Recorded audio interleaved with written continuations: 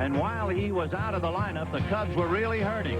But he homered in his return, and he is back 100%. Andre Dawson has recovered from what could have been a serious beating against San Diego, and he has got his all-star stroke back. Meanwhile, talking about all-stars, Adley Hammaker served up a grand slam in the all-star game in '84 when he had a bad arm. He does not have a bad arm now. The Hardly Ables are back, the Giants and the Cubs.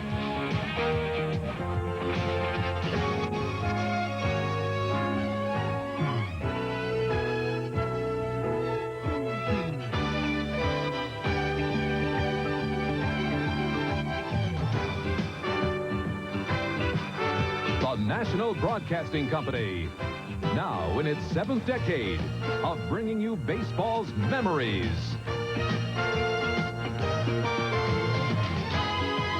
Baseball's milestones. Baseball's majesty. And baseball's magical moments.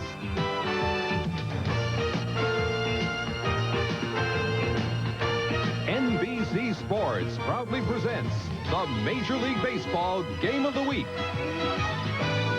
Today from Candlestick Park, the Chicago Cubs versus the San Francisco Giants.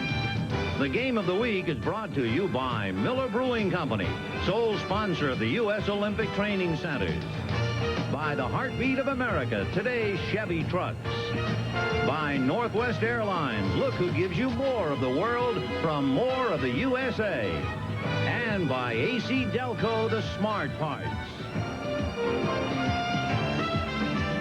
Hi, everybody. I'm Vin Scully, along with Joe Garagiola. Welcome to Candlestick Park. The Cubs find themselves 9 games back of the Cardinals. Bob Denier is out with a groin pull. Jody Davis is playing on a broken toe. Think they can catch the Cardinals? I don't think anybody can catch the Cardinals the way they're playing, because they can make too many runs. They can't.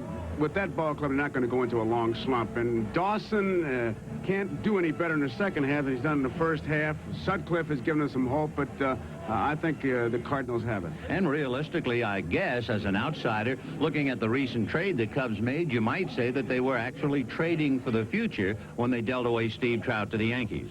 Well, this would be the time to do it, and they did it, and I couldn't agree with you more. It's for the future, and it's for next year, although they're not making any concession speeches. You just have to look at the standings, and you see what's happening. Meanwhile, the San Francisco Giants made a deal, among others getting Dave Dravecki and Craig Lefferts to bolster up their pitching, because they indeed still feel they have a chance. They're only 4 back of the Reds. Well, they have a chance. They have a better chance, certainly, than the Cubs to win their division. But, you know, Vin, reading in a paper, it's almost like they need a good weatherman here. They have problems here at Candlestick. Problems indeed. You can sum that up easily by saying this. The Giants have lost 11 of their last 14 at home. We'll get to the starting lineups and of all the pregame stats and stories, all coming up right after this.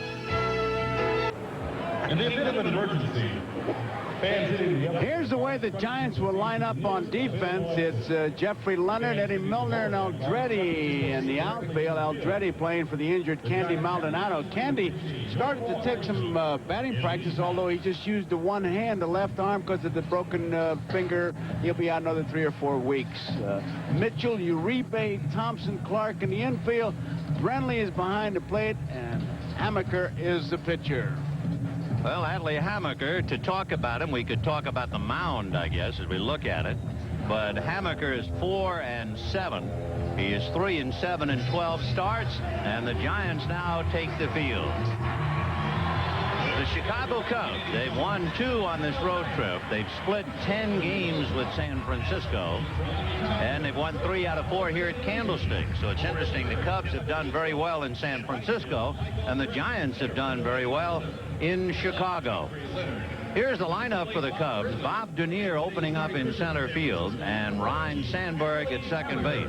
Denier suffered a groin pull Thursday night, unable to play yesterday, and then just a few minutes ago, he is in there in center field. So then Sandberg, Andre Dawson in right, Brian Dayette in left, Keith Moreland at third base, Manny Trio at first with a left-hander Adley Hammaker going, so Leon Durham sits down. Jody Davis behind the plate. Paul Noche will be at shortstop, And Maddox, the pitcher, he's 5-7, 1-0 against the Giants this year and lifetime. Adley Hammaker twice has had surgery for a torn rotator cuff. You might remember he was a wonderful pitcher, but by the time he got to the All-Star game in 1984, he had a sore arm. Didn't tell very many people about it. Insisted on pitching with the sore arm, and will forever have the albatross around his neck that he served up the only Grand Slam home run in All-Star history. But those who know him know that it was more of a heroic act rather than one where he would wear the horns of a goat. So Hammaker trying to come back, and he is 4-7, 0-1 against the Cubs, 3-4 lifetime, and he's lost 3 straight.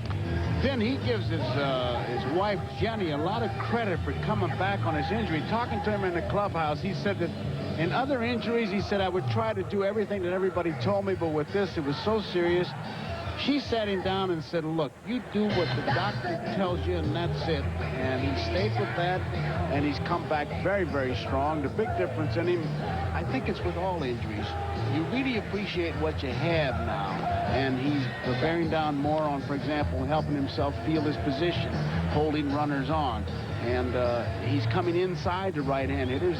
Just a short time to Dravecki's over here, that's influenced him. So he's a little bit different pitcher, and he's got 4 pitches now instead of 2. You know, with all of his problems with the arm, about a year ago, he suddenly began to lose weight. And no matter what they did, they couldn't seem to stop it. And he just couldn't pitch at all. So it's really nice to see Adley Hammaker fight his way back and make it as a starting pitcher. And now we'll see how he goes against the Chicago Cubs. Bob Dernier, who's hurting, as we said, with a groin pull, but he's tough. He doesn't want to sit it out. He's hitting .369. So Dernier, followed by Sandberg and then Dawson. Jody Davis is in the lineup. He's had a broken right toe and refuses to give ground. So here we go. Little breaking ball outside, ball 1.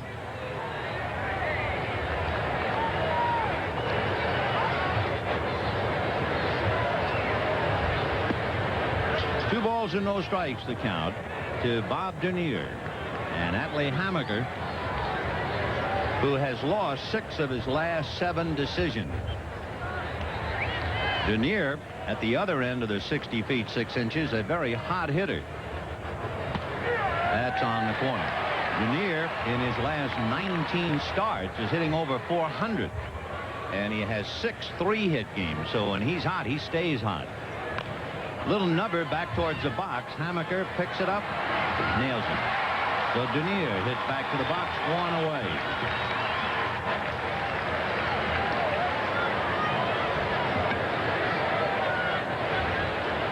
That is the scouting report on Adley Hammaker.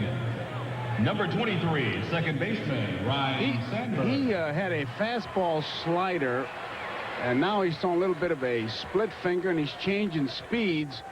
But his problem is inconsistency. He says, some days when I walk out there, I just feel like a different guy, and I'm just not as consistent as I used to be before injuries. All-star Ryan Sandberg coming up. Ground ball wide to third, into the hole, base hit. So Sandberg, who is hitting better than .290 at Candlestick Park in his career, comes up and gets a base hit into left field, and that will bring up Andre Dawson. So the Prince Valiant of the Cubs is at first base, and now the big guy. Number 8, right fielder. Dawson Andre has Dawson. been wearing out the Giants, whether he's with Montreal or Chicago. He needs 1 home run for 250 in his career. He has a 10-game hitting streak. He's got 20 career home runs against the Giants. And Hammaker watching Sandberg.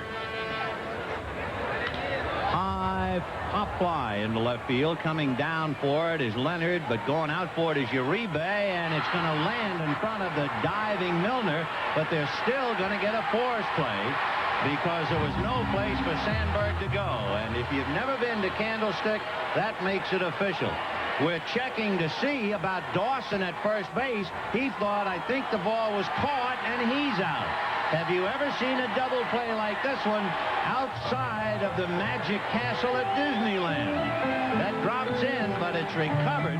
They're going to get a forced play at second, and Dawson, who didn't go all the way thinking it was a catch, is doubled at first. Ah, pull up a chair. You might smile like Candy Maldonado.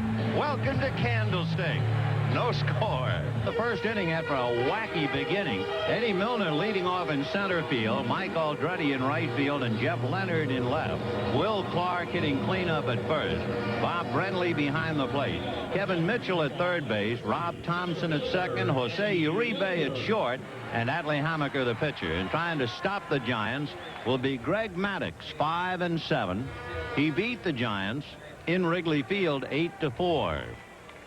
Maddux is the youngest player in the National League. He's 21 years old. He is the second youngest player in the major leagues. And that's a strike to Milner. Eddie Correa of Texas is 15 days younger than Greg Maddux. The Giants using a lot of leadoff men. They've had 10 different leadoff men this year. But of course the Giants have been wheeling and dealing. They've had 38 different players wearing a Giant uniform, including 17 different pitchers, 9 starters. They've made 60 roster moves already this year. 1-2 the count to Eddie Milner. Gene Michael saw the Cubs in a very wacky introduction here at the House of the Wind, and if you're keeping score, that double play went 7-4-3. On that play, Andre Dawson, evidently thinking that the ball was caught, failed to go to first. In fact, in double checking with the scoring, because we were watching the ball, the play wound up going 7-4-2.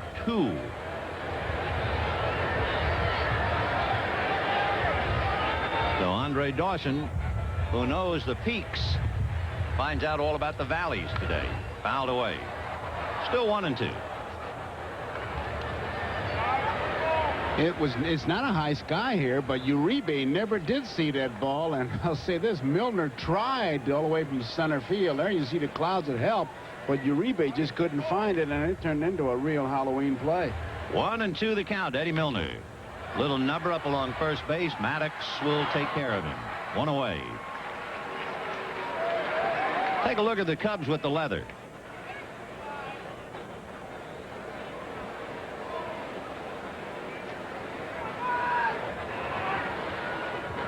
It'll be Diane in left field. Dernier is in center field. He got a little bit of a groin pull, as Ben told you, so it may cut down a bit.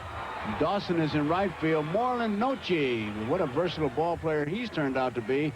It's shortstop Sandberg. Trios at first base with the left-hander going. Durham arrest. Davis and Maddux. Here's Mike Aldretti hitting .319 in the number 2 slot. He one of the 9 different leadoff men. Aldretti, in 11 starts since Candy Maldonado was injured, is hitting .375 as he tries to pick up the slack.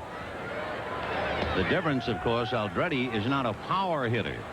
He has just 1 home run over that stretch and a half a dozen RBIs. Maldonado, prior to his injury, had a dozen home runs, 48 RBIs, and Candy was hitting over .330.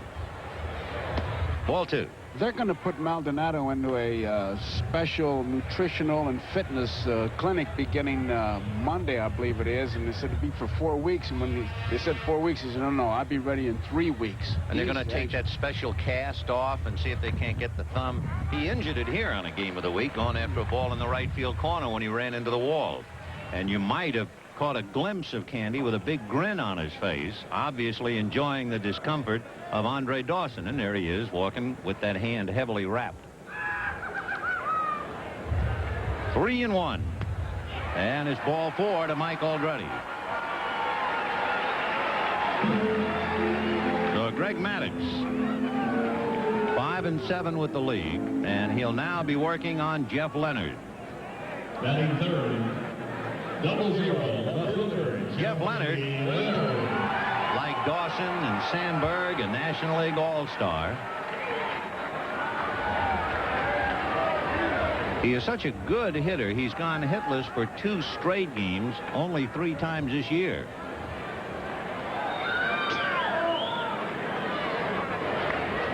Aldretti at first, held on by Manny Trio. They're working on Maddox's move. Now, he's got, I think, 6 balks already, so he's having some problems with that move to first base. Doesn't have any trick pitches. Fastball, curve, change of speeds on his fastball. The chances are we might see a balk today. That's hammered into right field for a base hit. Dawson with that shotgun, so stopping at second is Aldretti. Not only does Maddox have 6 balks, Hammaker has 4. And, of course, in the National League, they call almost twice as many balks as they have been doing in the National League. Number 22. With the 6 balks, Maddox leads the major leagues in balks. And if you were just wondering about a rather obscure record, the most balks by a pitcher in one season, Steve Carlton had 11. 2 on, 1 out in the first inning. And the batter now, Will Clark. Clark had an 11-game hitting streak snapped last Thursday, and interestingly enough, that was the day that Davey Johnson announced the selections, other than the starters, for the All-Star team, and of course Will Clark was not on that team. Ball 1. And from that moment, he has gone 0 for 17. He feels he's swinging the bat, but they're just not falling in. He doesn't think it's anything mechanical at all. He's got a positive outlook. He has never done well against the Chicago Cubs, even though he is a solid hitter, hitting .304 against the league. The Cubs have thrown a blanket over him. Not only this year, he's hitting only .160 against the Cubs this year. He's hitting only .180 against the Cubs in his career. 2 balls and no strikes. The count to Will Clark. Aldretti and Leonard on the base paths with 1 out. And that's hit to dead center. Denier, a full turn to the track to make the catch. And the runners have to scamper back. So Clark hits it hard and deep, and the wind is blowing from right to left, and it could very well have cut that ball down a little bit. It's 400 to straightaway center.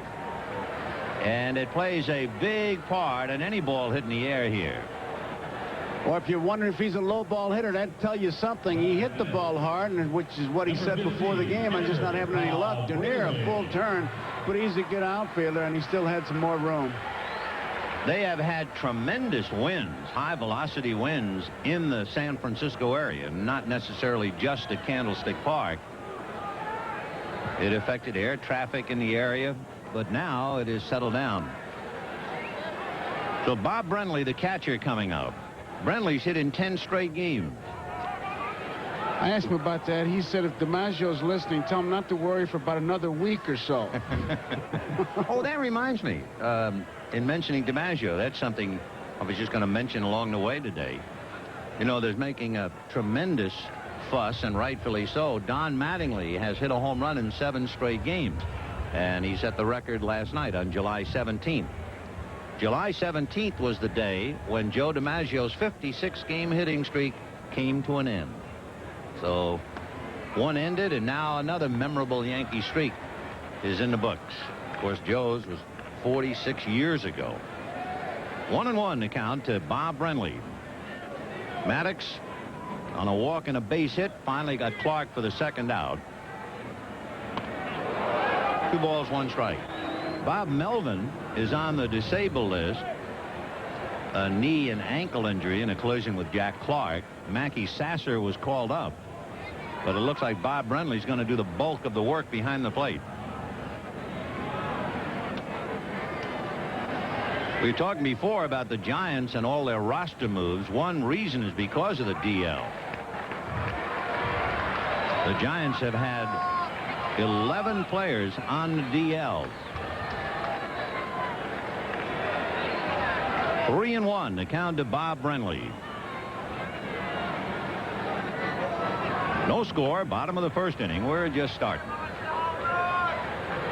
And that's hammered to left, hooking down the line, and goes foul. So Maddox dodged a bullet there. Brenly, with 9 home runs, 23 RBIs, sends a souvenir into the left field corner, but only a souvenir. That's a favorite bat that he's using. He's got about 6 boxes of bats atop his locker. And I said, man, what do you do with all those bats? He said, decoration. I only have one. I've been using it for about a month now, and that's it. Well, that one has gotten him his 10-game hitting streak. 3-2 and a fake. The runners, of course, will be ready to go.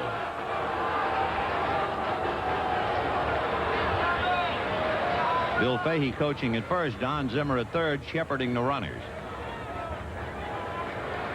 On deck, Kevin Mitchell. Runners go. Change is hit into left center, and that's going to loop for a base hit. The run is over, and the Giants lead 1-0 as Leonard goes to third. 11 straight for Bob Brenly.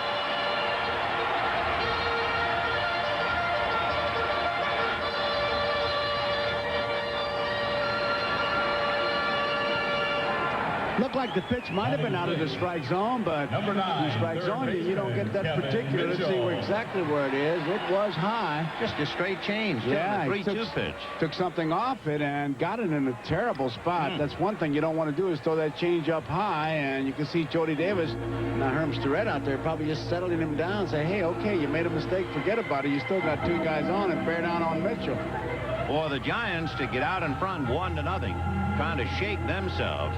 The Giants have lost 5 out of 6, 6 out of 11, and even more so, somewhat shockingly, considering how good they played at Candlestick last year. This year, they've lost 11 of the last 14. They're second best in the National League on the road. Boy, they've done everything wrong at home. So Roger Craig with Norm Sherry, his pitching coach, they're illustrating what happened last year. 11 games over 500, and this year 8 games under. That's some swing. 19 games. And here's Kevin Mitchell, one of the newly acquired Giants. 4-1. And the big deal with Kevin Mitchell, Dave Dravecky, and Craig Lefferts coming from San Diego. When the Giants traded away Chris Brown, it was not only an indication that they wanted Kevin Mitchell, but they also feel secure that Matt Williams is developing nicely. Foul back. And Jody Davis bitten by that. 1 ball and 1 strike to count. The Giants, since that trade, are 5-6. So they've not really made any definite move.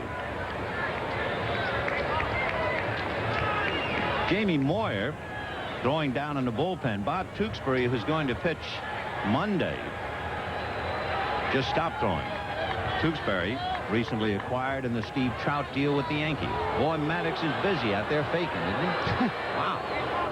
Every time I see a pitcher do that, I wonder, who do they really fake? Yeah, right. So Brenly holding at first, Leonard at third.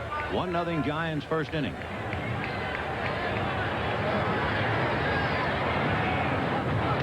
Hard slider, but he missed with it. 2-1 to count to Kevin Mitchell. Mitchell is looking for his first hit of this series. 0 for 9. Kevin from San Diego. And as you can see, they've had 11 on the DL, 60 roster moves, 10 leadoff men, and 9 third basemen. You really need a program up here.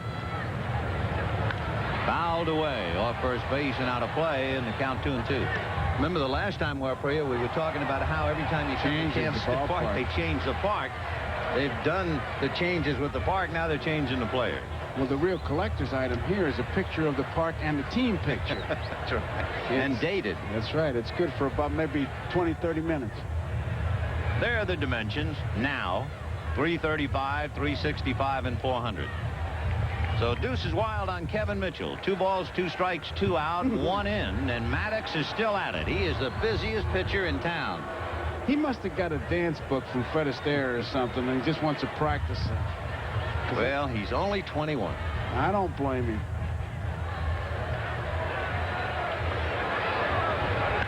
And there's a fly ball up in the wind to right center. Denier with the shades down, makes it and drops it.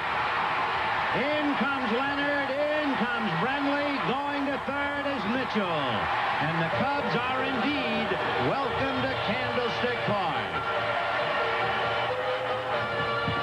It looked like he just never had that ball for sure. He's looking, and he's just not sure of it, and he's not sure of where he is. He kind of a little bit of a stumble there, and hit right off his fingertips. And you saw his sunglasses reflecting the sun. He looked a little bit like little Orphalani. For Denier, an excellent outfielder, that is his first error of the year, and what a killer. So instead of the third out, it allows 2 runs to come in. And you know, if an outfielder is going to make his first error of the year, it figures to be right here at Candlestick. He might have thought he had more room. Ball 1 to Rob Thompson, hitting .239. Mitchell, of course, not getting an RBI. That should have been the third out. But it is 3-0 San Francisco. What an inning for Chicago. And there's a dunker into right center, and it makes it 4-0. For the Cubs, this is the kind of a day where you want to hold your hands up and say, time. Let's go back to the hotel and start it all over again. You'd like to put the rewind button on and start it over, because on defense they had, as you called it, Vin, a Disneyland inning, and I mean on offense, and now on defense the same thing. He just gets jammed with this pitch, doesn't hit it hard at all. So the Giants are enjoying a slapstick first inning. And it is 4-0 San Francisco, and Jose Uribe, who's paid a visit to the DL, coming up to the plate. Uribe hitting .274. Switch hitter, and a very consistent one. He's hitting .273 left-handed, .276 right-handed. Interestingly enough, too, when Jack Clark went to St. Louis, he's the only player left from that trade. David Green, Gary Regick, and Dave LaPointe. And of course, LaPointe is back up again. 4-0 San Francisco. Uribe, the 8th man to come to the plate.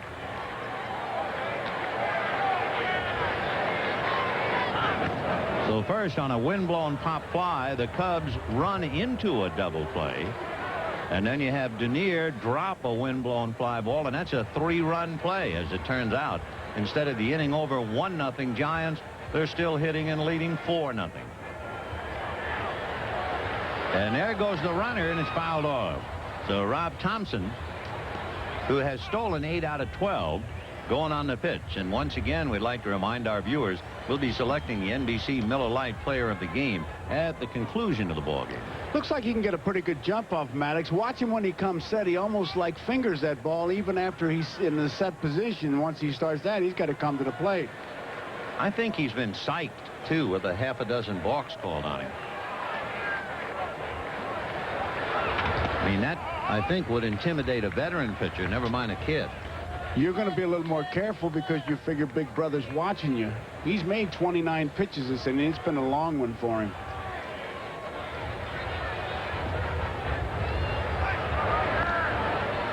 Yeah, Manny Trio, Ryan Sandberg, Paul Noche, and Keith Moreland on the infield.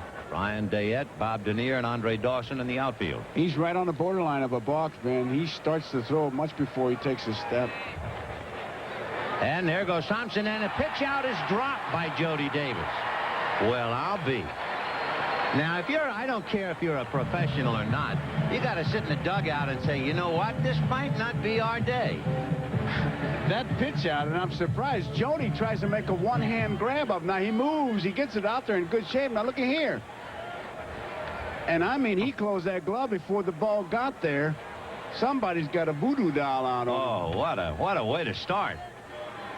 We should point out, though, you know, among other things, on the 8th of July, the Cubs were really down, but they were home. There's a drive to right, hooking foul and out of play. The Cubs were trailing San Diego 7-0, and in one of the better comeback games of the year, they turned around and got off the floor and beat San Diego 12-8. But again, they were at home. 2-2, the count to Jose Uribe. Thompson at second base with the stolen base, and Uribe trying to pick him up. 4-0 Giants, first inning.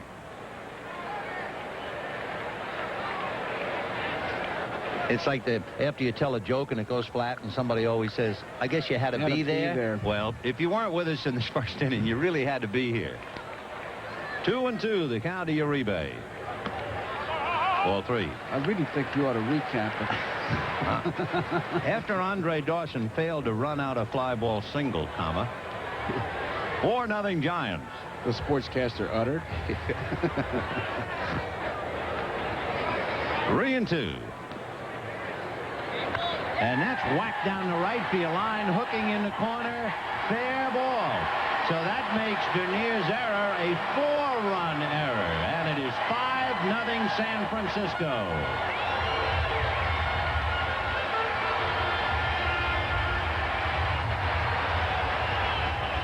So Rob Thompson comes in on the double by Uribe. And for Gene Michael, time to back up the team bus for the moment. But for Bob Dernier, he's got to be saying to himself, boy, that's great. That's just terrific. I make my first error of the year on national television, and it opens up the dike.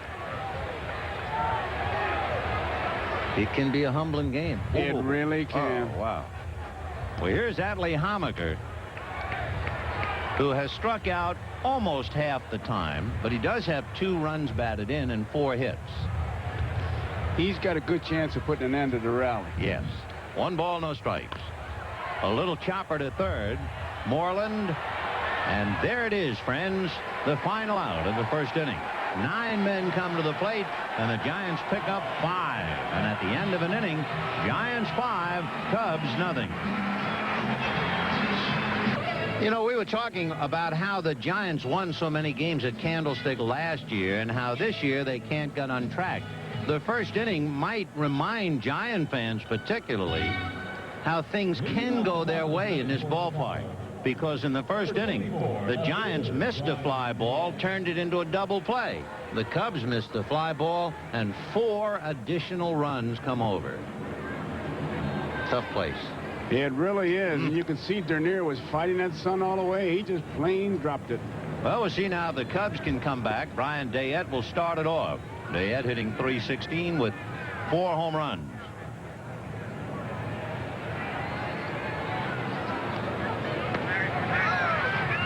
One ball and 1 strike to count.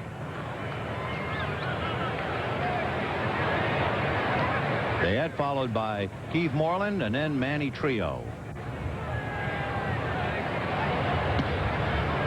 Breaking ball up.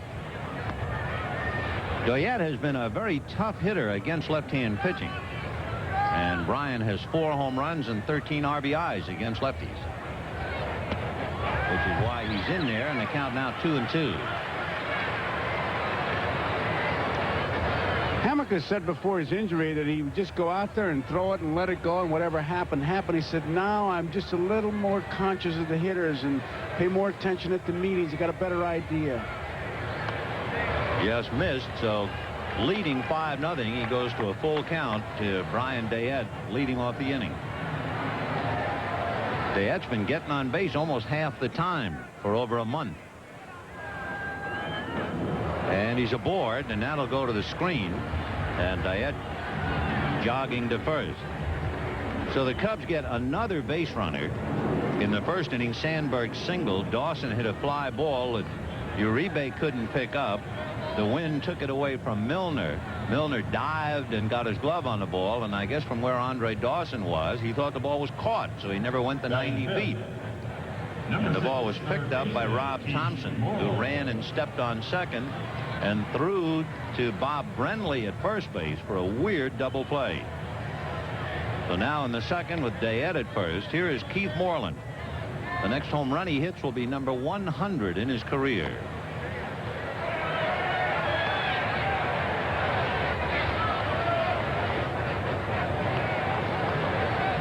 Moreland moved from right field to third base this year, and he has played in every game.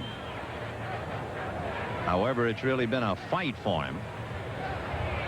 He's committed 18 errors while trying to learn third base. And Adley Hammaker now is in a jam, and Norm Sherry going out to the mound to talk to him. 2 balls and no strikes after walking Dayette. Well, you have to be concerned. Got a 5-run lead. The name of the game now is throw strikes, give somebody a chance to make a play for you. Not to be aiming that ball, not that he looks like he is, but just throw some strikes. That's the concentration. You know, when Norm Sherry found out that the Giants had made the deal with San Diego, he had to be happy because He was a member of the National League champion Padres team in 1984 when Dave Dravecky and Craig Lefferts pitched the Padres to the pennant. So Sherry now has two fellows he is really familiar with back under his wing. 2 balls and no strikes. The count to Keith Moreland. Brian Dayette at first, nobody out in the second inning. 5-0 Giants. And he missed again. 3-0 the count. On deck, Manny Trio. And Trio's been blazing hot. That's a strike.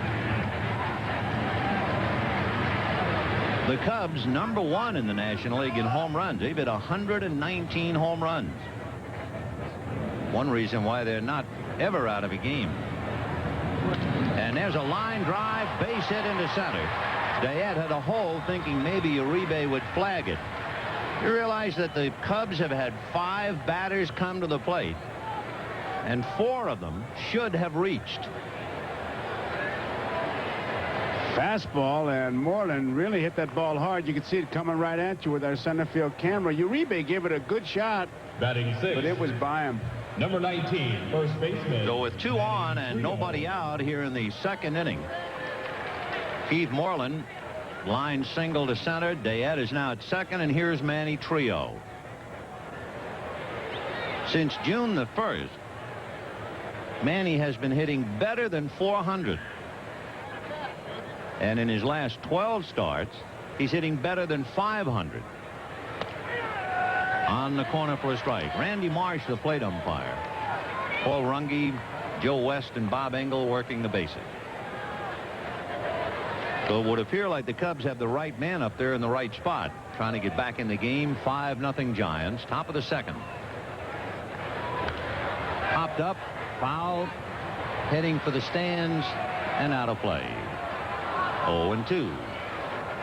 We'll use the time and pause briefly for station identification. This is the NBC television network. This is KWQC in Davenport, the sports leader in the Quad Cities.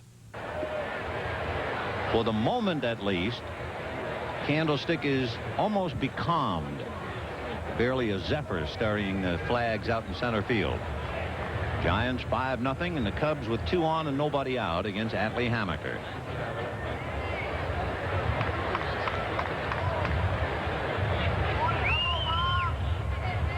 Two. Busted bat, ground ball to Thompson. He feeds Uribe. He doubles him at first.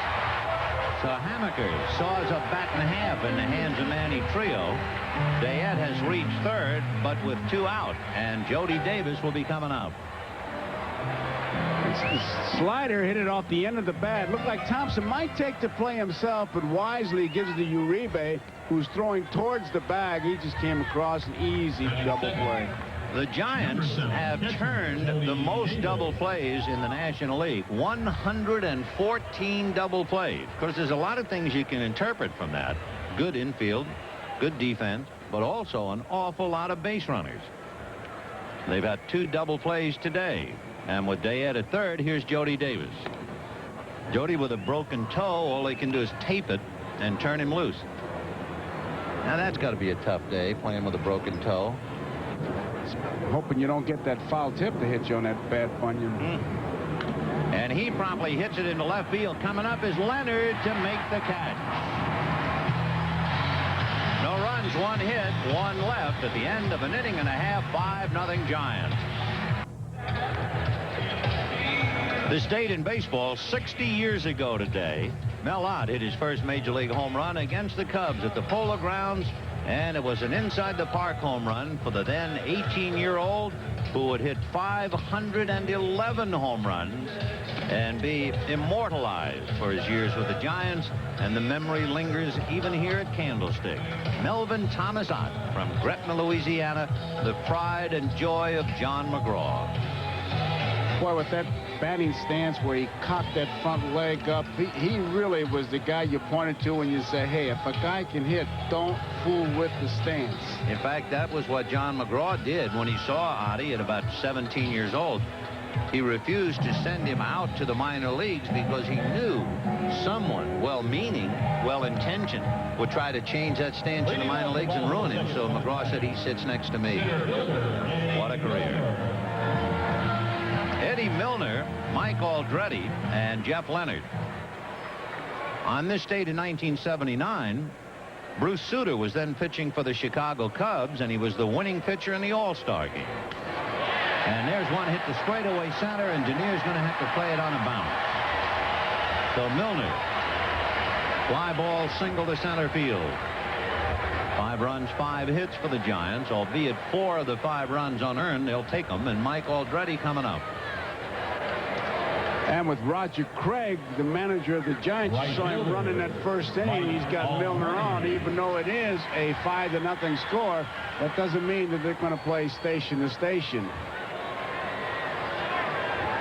Mike Aldrete walked in the first inning.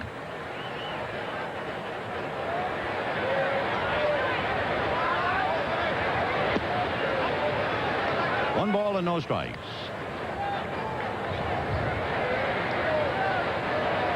Five runs, 5 hits, and no errors. For the Cubs, no runs, 2 hits, and an error. Aldrete's from one of the more beautiful places in the world. He was born in Carmel, California, not too far away. And there goes Milner, and the throw way offline. A great save by Paul Noce, or he's on his way to third. He really had to hurry that throw because Milner had a tremendous jump. Once, as we pointed out, Maddox started to finger that ball. Milner just took off.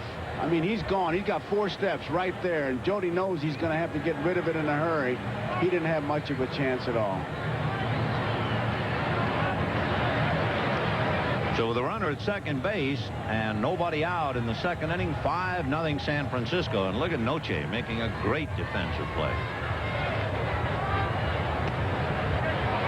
2-0. And did you see on that slide where Milner was going for? He was going for the corner of that bag. He was just going to give the infielder a hand to tag, and he was going to have to reach for it. The Cubs are unable to balance their books as far as the running game is concerned. Right. By that, I mean the Cubs themselves have stolen 68 bases. That's not that many. But the opposition over 100 now. The Giants are not a running team either. And the Giants have 61 stolen bases, 1 ahead of the Atlanta Braves. 3-1 to Mike Aldrete. And he bangs it into right center. Here's Milner around third. Bob Denier makes the throw, but it is way offline, and it wasn't cut off. So Denier is having a terrible day out there. He threw it right over Trio's head, and there was no chance to make the play with Milner running. So what he did was give him an extra base and take away that double play situation. It was not a good throw at all. The cutoff man is Manny Trio. And the throw isn't even in Trio's neighborhood. Jeffrey Leonard. He had no chance to get Milner. You can see Zimmer was waving him on from the time that ball was hit. And that's a big base to pick up. I bet you Michael is scheming as he chews his gum. Ed Lynch is now throwing in the bullpen. And the batter is Jeff Leonard. 6-0 San Francisco in the second inning. Breaking ball up, ball 1. The Cubs are doing fairly well with the Giants. They've split 10 games. When trying to catch the Cardinals, they have been buried going head-to-head against the Cardinals. Cardinals have beaten the Cubs 9 out of 12 times. The Giants feel that they can still catch Cincinnati, and you can understand why. They've had 6 meetings with the Reds, and they've split the 6, so they're holding their own. Here's the Western Division, and since May the 5th, would you believe Cincinnati, Houston, and San Francisco are playing under 500 since the 5th of May. 1-1. Good fastball. That was one of the better pitches that Maddox had made. Leonard didn't get around on it. In the East, look at the high-flying Cardinals. 26 games above 500. Montreal, surprisingly playing very well. 8 back. And, of course, last year's world champion Mets struggling 9.5 back. Mike Aldrete waiting to be picked up at second base. A run over, nobody out. 6-0 Giants. We're in the second. 1-2. And Leonard, after getting a good inside fastball, chases the breaking ball and strikes out.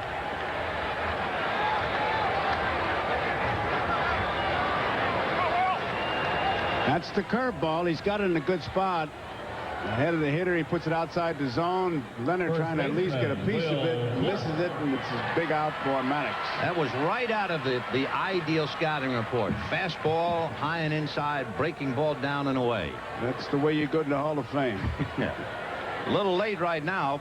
6-0 San Francisco. And here's Will Clark, who flied to center in the first inning. By the way, Greg Maddux is due to bat second when the Cubs hit in the third inning, so Lynch might very well be loosening up because they're going to use a hitter. Fouled away.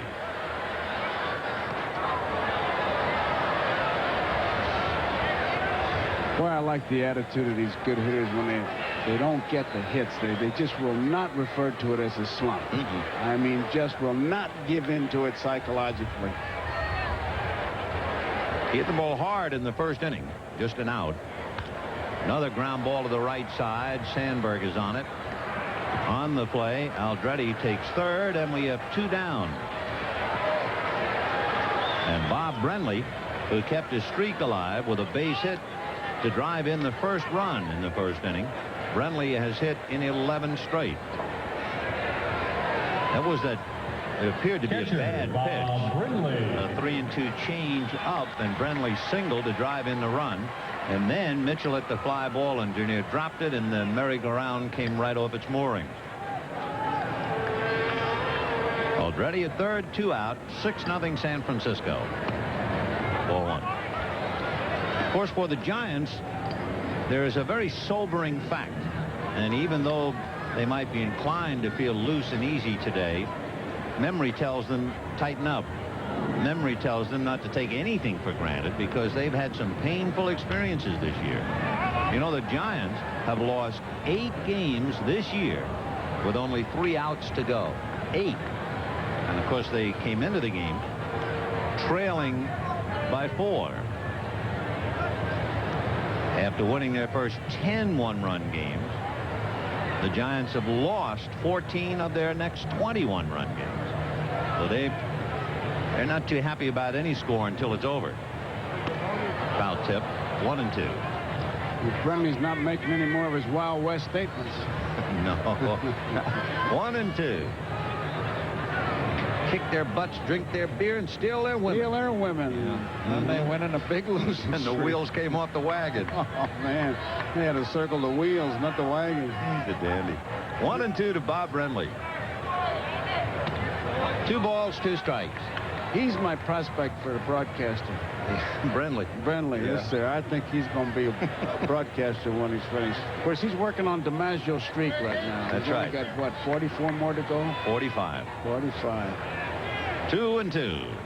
Fouled away.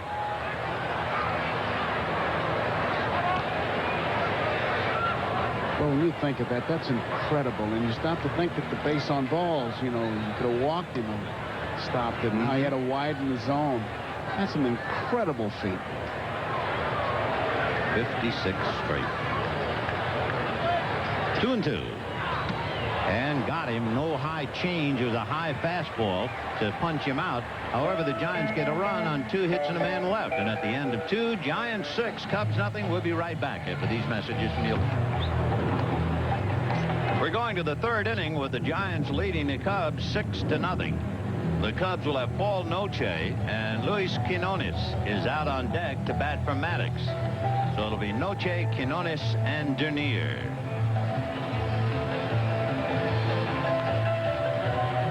Adley Hammaker leading by half a dozen.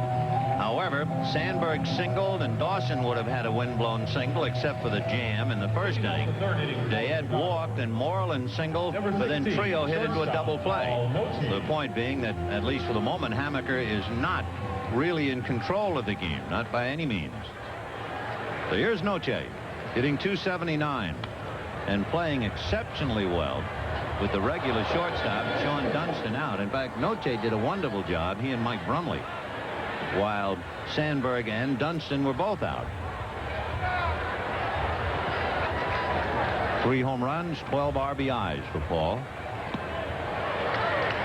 0-2 slider. Really had that in a good spot. If Noche hits that ball, he hits a little dribbler to Mitchell.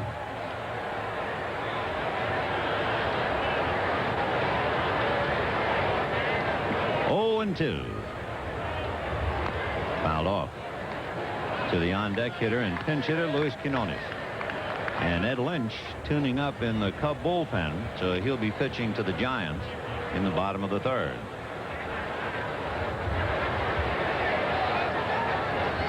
Oh, and 2.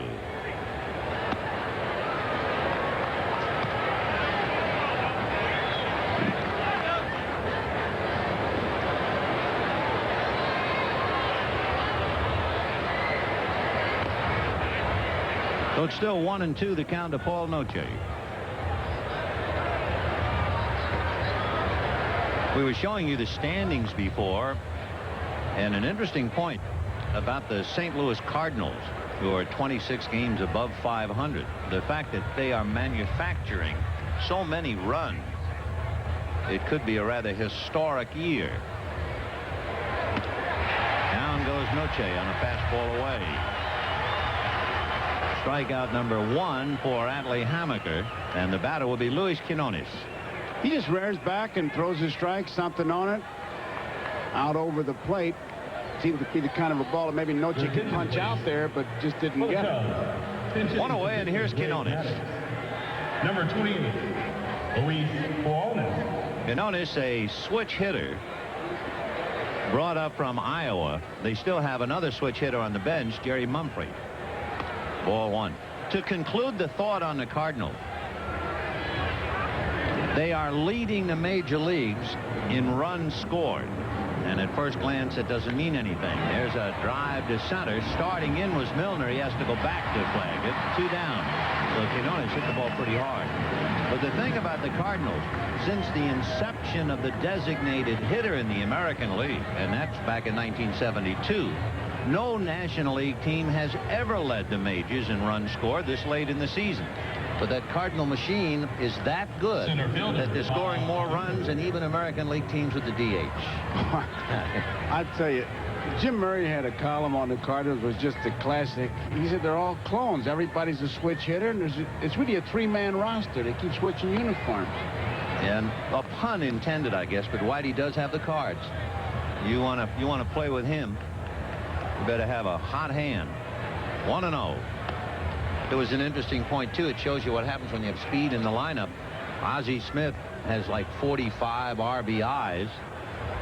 Just about half of those runs batted in, he knocked in Vince Coleman, who can score during the anthem if you don't keep an eye on it. Right. 2-1. Well, didn't Guerrero say, he said, even during the national anthem, you look up, the bases are loaded, and Jack Clark is batting. That's right. That'll scare you. 2-1. Ground ball to the right side, and there's Rob Thompson, and that takes care of Denier, and the Cubs are gone 1-2-3 at the end of 2.5 innings. Giants 6, Cubs nothing. Can I have a sip? Don't take a lot. Boy, just a little more. Don't take too much now. He really had to beg for it. She wouldn't give him any, and he was looking right at her, please. And finally, she gave him a sip. What a face. Isn't that wonderful? Oh, man. There's a score and a story. Mike Flanagan, who's had all kinds of problems, sent out to the minors for rehab, brought back, starting today, and winning 3-1 for Baltimore in the 5th inning. Ed Lynch taking over now for the Cubs. Eddie is 1-6. Only made 5 starts, and since they put him in the bullpen, he's picked up 4 saves. And he'll be pitching to Kevin Mitchell, Rob Thompson, and Jose Uribe.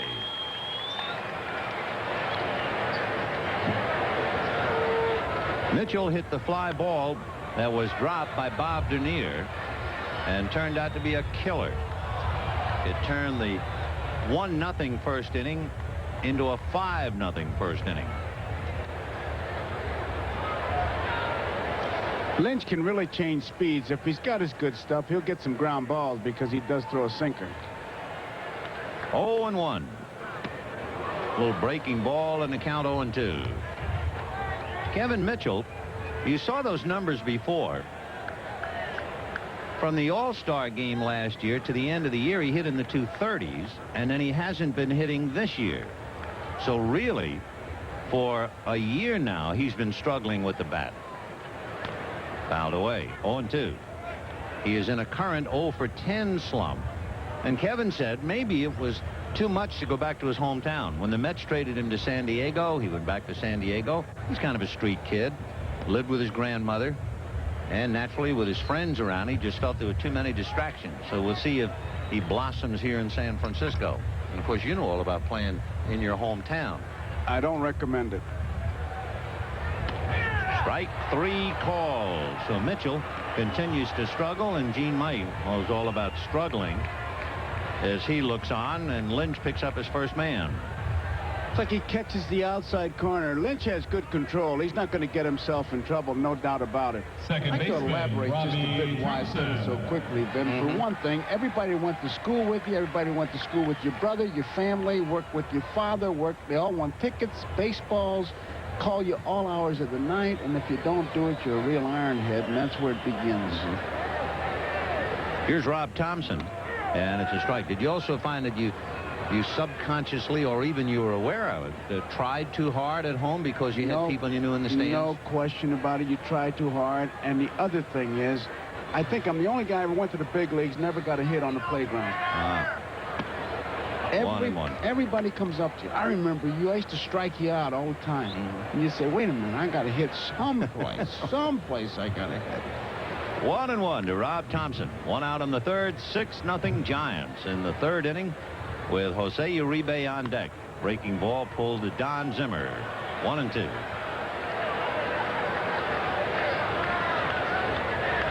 Don Zimmer. Is he something? I have a picture of him in my scorebook of him dressed in a tuxedo, and him wearing a tie is a real upset. I may just give you a little bit of the National Enquirer on him and ties if you want it. Oh, boy. 1-2 the count to Rob Thompson. And that's fisted foul upstairs, so Robbie is still there. When he was with the Yankees and they had to wear ties, his wife had to tie the tie and put 4 of them in a suitcase. He can't tie a tie. Don Zimmer. He might have been a great player. He was seriously beaned in the minor leagues. The first time I saw him was shortly after he had been beaned. He couldn't speak. Oh. Really, he could not speak. There's strike 3 call to Rob Thompson. I'll tell you one thing. If there's a Hall of Fame for good guys and popular guys, brother, he'd be right there, old Zim. In the World Series, the year that he was beaned in the early 50s, he was given the Dodgers requested permission, and the commissioner allowed it. And Don Zimmer sat in the dugout during the World Series, the Dodgers-Yankees.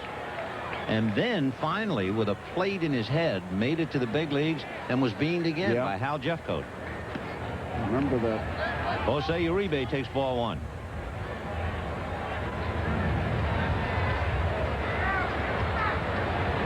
Two out in the third. 6-0 Giants. And a little foul ball off third. That will go way back into the seats, so it's still 1-1. Of course, the damage is done if you tuned in late. And the wind played a big part in the top of the first when the Cubs had a base-running misadventure, and in the bottom of the first when Bob Denier dropped a fly ball. And it is 6-0 San Francisco. 1-1. Change, and a good one popped up to Paul Noche, and now it's his turn to fight it. So an easy inning, if there's anything easy. And at the end of 3, it is 6-0 Giants. Ryne Sandberg will lead off the 4th. And now here's a look back at a very special Olympic moment.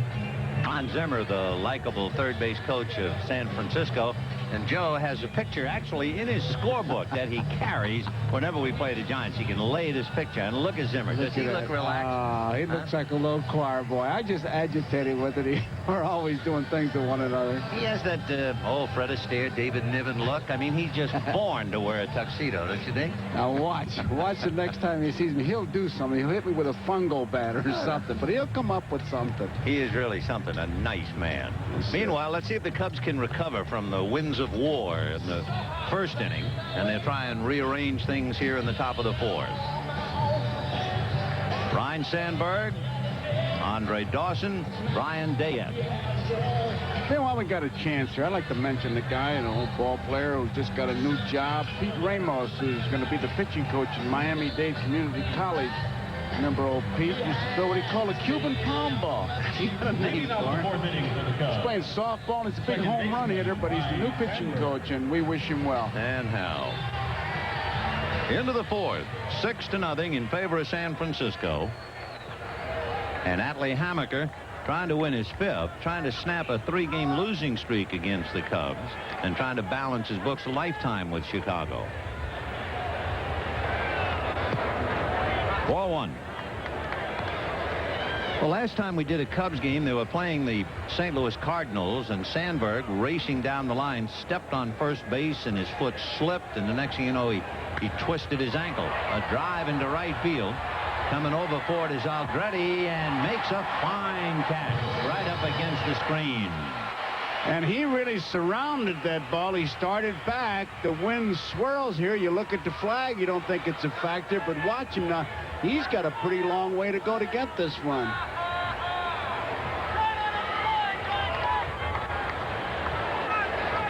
Nice play by Mike Aldrete to take a possible extra base hit away from Ryne Sandberg.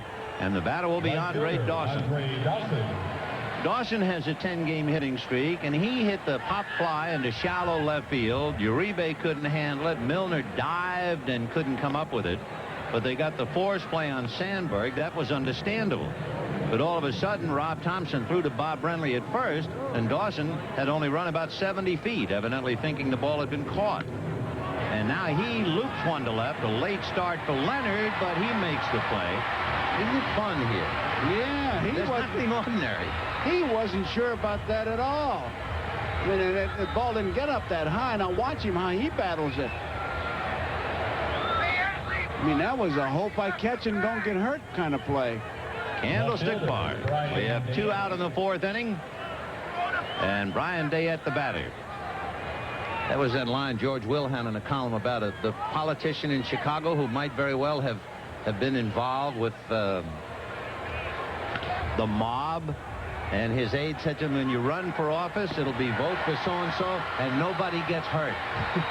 Well, so far at Candlestick, nobody has gotten hurt. It's 6-0 Giants at the end at 3.5. A reminder, Bobby Rahal, the hottest driver on the IndyCar circuit of late, leads the top field, including Mario and Michael Andretti, Danny Sullivan, Al Unser Jr. in the CART Toronto Indy. Our coverage tomorrow begins at 4 Eastern Time, 2 in Los Angeles. The IndyCars take on the tight road course through the streets of Toronto and through the aisles of Candlestick. Take your pick.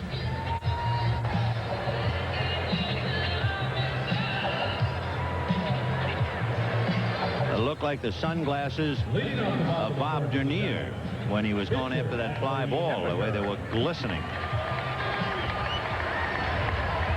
Atlee Hammaker, Eddie Milner, and Mike Aldrete. Bottom of the fourth inning, 6-0 Giants, and Ed Lynch pitching now for Greg Maddux.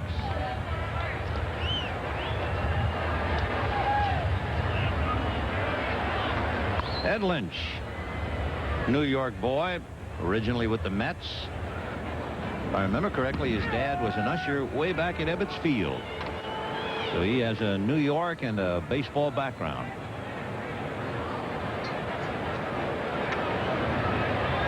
One and one. And the bunt, he might have a chance. He is going to leg it out.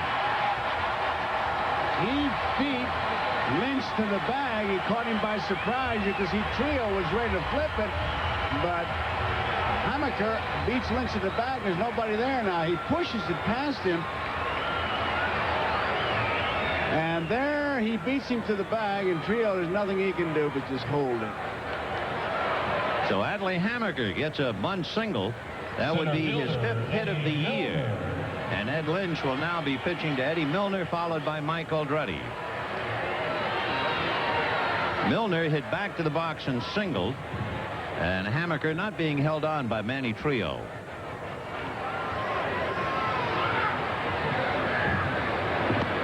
Breaking ball strike. Interestingly enough, Hammaker has not sacrificed this year. So there was no tip-off that he was a good bunter. And he dropped a dandy. He picked a pretty good pitcher to bunt on. Change his speeds doesn't really knock that bat out of your hand. And there's a high fly ball to right field to Andre Dawson. And holding is Hammaker. So 1 out. When you look at the Giant lineup, and remember, we're only in the 4th inning. The only people on the outside looking in, Will Clark, who fly deep to center and grounded to second. Kevin Mitchell, who hit the ball that Denier dropped and struck out. They're the only 2 without a base hit. Mike Aldretti has walked and singled.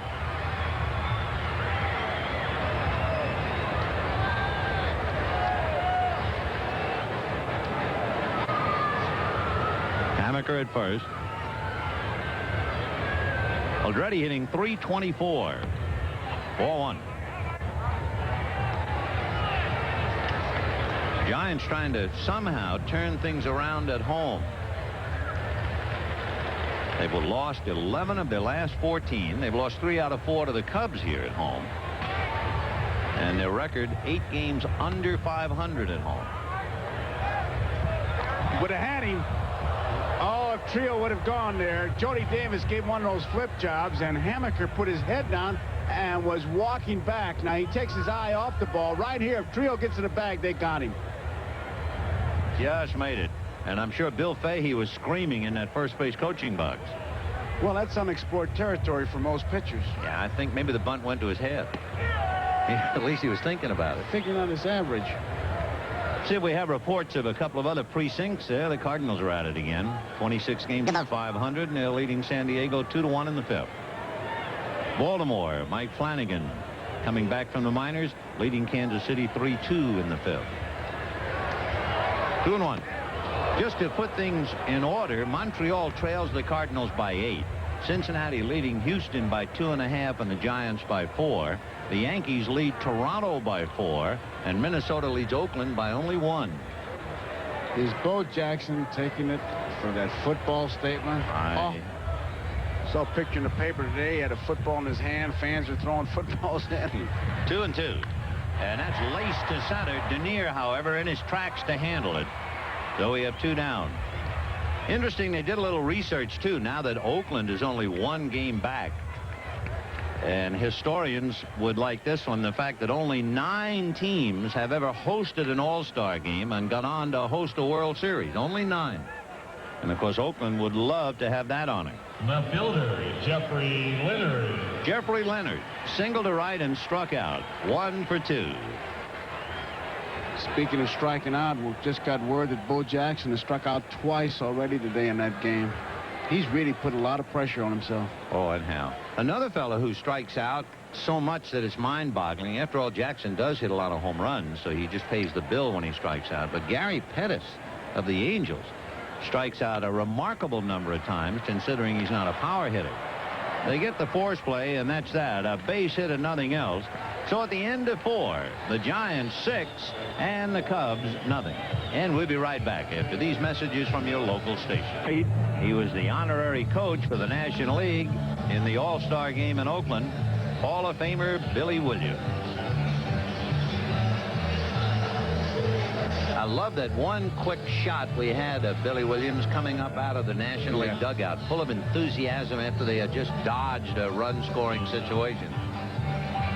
It showed you just what makes a great ball player, and now a coach, Tick, still has that competitive desire. I'll tell you, he's still got that beautiful swing. Every swing he took was a hitting clinic. I'll tell you, man, it was something to watch. And that old-timers game I played in, first time up, bang, line drive down. Well, the Cubs are looking for bang line drive. They come up in the 5th inning and they've been blank. The Giants 6 runs, 7 hits, and the Cubs no runs, 2 hits. Keith Moreland singled in the 2nd inning, but was doubled up when Manny Trio hit into a double play. Moreland, Trio, and Davis. And Atlee Hammaker on the mound for San Francisco. 1 ball and no strikes. We mentioned before about Moreland with 99 home runs in his career, and all but 10 of them as a Cub. He played for Dallas Green in Philadelphia.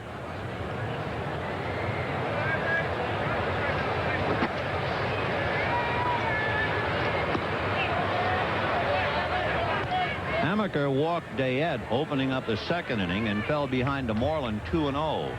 And that's when Sherry came out to talk to him. Now he's behind to Moreland 3-0. And he walks him. So, of course, that's frustrating for Craig to have his pitcher walk a leadoff man 2 of the 5 innings when he's leading 6-0. And the batter, Manny Trio.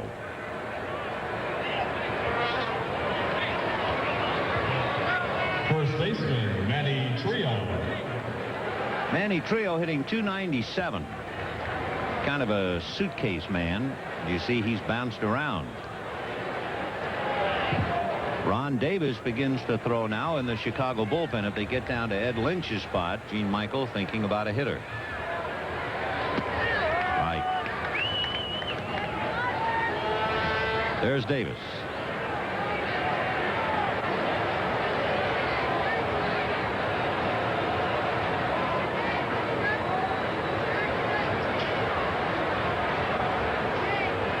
To Manny Trio. We're in the 5th.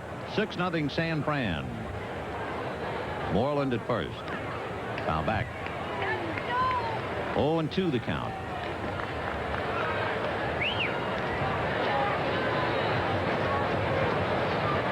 The Cubs, we were talking before about the Giants and their problems at Candlestick and then how good they are on the road. They're second to the Cardinals. The Cubs are a little bit better on the road than they are at home. 3 games over 500 at home, 5 games over on the road. And they're 2-0 on this road trip. 1-2.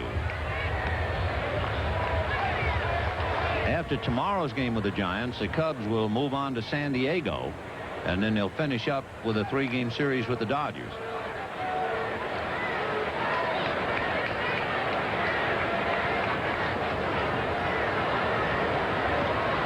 Standing at first, Keith Moreland. They don't figure to have Moreland do any running, so Will Clark just kind of visits with him. 1-2. They got Trio on a ground ball the last time. It was a double play. The way that grass is here, you really have to shoot that ball through there. It's cut that way for aesthetic purposes. It looks nice, but it is a bit high, and it'll slow that ball down. Which could be one of the many reasons why the Giants lead in turning double plays. 2-2. And that's almost a check swing dunker into right field. Moreland will be waved to third. So Manny Trio kind of stiff-armed one into right field, and the Cubs are in business with nobody out. That's what the ball players call an excuse me swing. He starts to swing, stops, and it goes for the base hit. Watch him now. He doesn't drive that ball to right field. He tries to stop this swing, and got a base hit. He'll take it 1st and 3rd. Trio at first, Moreland at 3rd, and Jody Davis coming up with Paul Noche on deck. Jody Davis has hurt the Giants in the past. He's hit 3 home runs against them this year, and he's hitting a little better than .280 against them. He flied to left field in the 2nd inning. 1st and 3rd, nobody out. That's a strike. Davis, with a bad foot, has hit into 10 double plays, and he's against the team that leads the league in double plays. So the Cubs are hoping he can at least hit the ball in the air. And the breeze blowing from right to left. 0-1. And Jody now asking for time.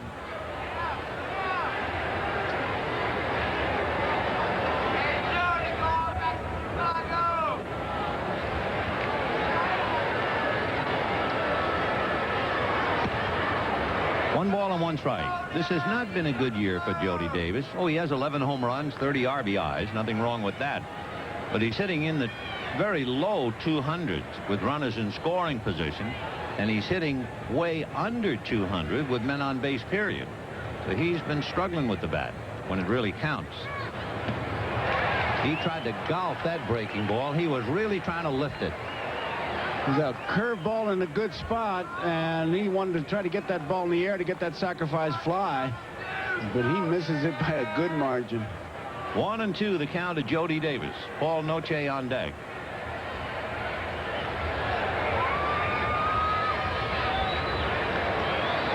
Rafael Palmeiro is on deck. That's in the dirt, and it's going to get away from Brenly. Down to second base goes Trio. Moreland did not want to risk trying to come down the line from third. So second and third and nobody out. And, of course, that takes the threat of the double play away.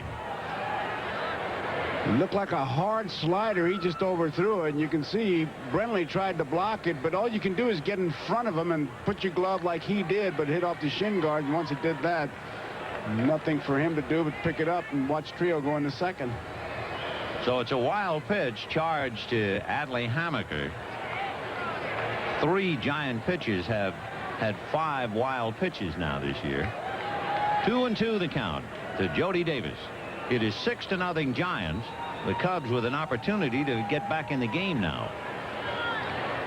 At third base, Keith Moreland. At second, Manny Trio. Nobody out. Ground ball, foul.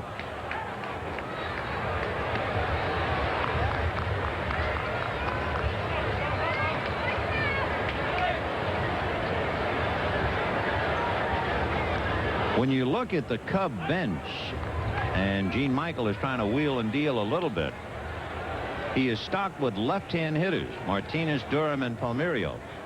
He has the switch hit of Mumphrey. He's already used Quinones, and he has Jim Sundberg. Slow roller to third. The runners are going to have to hold. So Davis doing what he has done all year, and that has really driven him up a wall. He just can't advance base runners. And Jody leaving runners at second and third as he grounds out. Nothing for Moreland to do but become a spectator as Mitchell gives him a good look. He even adds a fake to it, unnecessary, but he had so much time with Jody running that he did. So second and third and 1 out, and Paul Noche coming up. Noche hitting .276. He struck out in the third inning. Palmeiro swinging a bat on deck. He's a left-handed batter. As we said, they have Mumphrey who switches, but the only right-hand hitter is someone you certainly don't want to use, your backup catcher. Noche uses the entire field, and you can see the Giants respect that because Milner in center field directly in line. He is playing him straight away.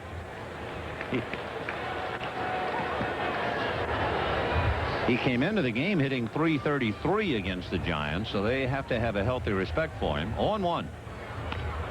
Fouled off. No balls and 2 strikes. The count to Paul Noche. Second and third, 1 out in the 5th. Giants 6, Cubs nothing. 24-man rosters kind of placed some ball clubs in jeopardy, especially with the catchers. They had the Red Sox in Oakland last night. John McNamara's club kind of ran out. Greenwell ended up back there.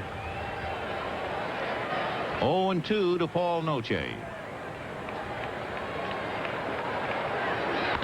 Ground ball, and the runners are going to have to hold again. So with second and third and nobody out, Davis and Noche ground to Mitchell. And now the batter will be Rafael Palmeiro, who's only had 9 at-bats against left-hand pitchers all year. He's 2 for 9. So Palmeiro coming up. These meetings are always good. Your attention, please. Just hear Hammaker's hand. For the What did Cubs. we say about him in the meeting? Well, they said he was a low ball hitter and try to keep Number the ball 25, up, but don't get it out. Rafael Keep the curveball down. Palmeiro. Did you see him hit? No, I didn't see him hit, but that's what I heard. Well, what do you want me to do? Well, I mean, it goes on, and then when it's all over, he's going to do what he wants anyhow. Well, we'll see about Palmeiro. You know, we were talking before about Mumphrey, too, as a switch hitter. And yet Mumphrey rarely comes off the bench to swing right-handed. So he is basically a left-hand hitter. Mumphrey's only had 3 at-bats hitting right-handed. So you can call him a switch hitter, but he's really a left-handed batter. So they're strong on that side, but there's a left-hander going for the Giants. In keeping what we said about Hamaker paying more attention to hitters rather than just going out there and getting the job done, even before he pitched to Palmeiro, he looked at the bench and asked, is this the kind of a guy who might bunt? And he had to get some I help. have a true story to tell you. This actually happened. I know of a meeting. I'm not going to embarrass the player. And the pitcher was going down the starting lineup. And he came to a name and he said, does anybody know this guy? And a player, big outfielder in the back of the room, said, I know him. Pitcher said, tell me about it. He said, well, he's married, he has 2 wonderful kids, and he drives a station wagon. Ball 2. 2-1. Wonderful. I tell you, if you could tape record some of those meetings. I like Gardner's quote. Billy Gardner says if they have to have meetings, the only meetings I like is the one where you split up the shares. Yeah, and how? What a nice meeting that must be. And that's popped in the air, and Will Clark is going to have a play if he can find it. He found it. So the Cubs have second and third, nobody out, and leave them. And at the end of 4.5 innings, 6-0 Giants.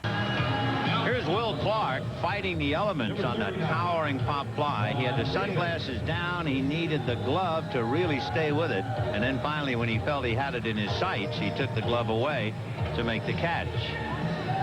You learn every possible defensive trick, and of course one other thing is to blacken underneath your eyes to cut down reflection. So Clark, who's been struggling, fly deep to center, grounded out, 0 for 2, batting .302. Ball 1. Ron Davis on the mound. Davis, the 3rd Cub pitcher. Ron in his 19th game and an earned run average of just under 5. So it's not been a good time for him. And there's a high one into left field. Coming down the line is Dayette. Nice play. 1 away.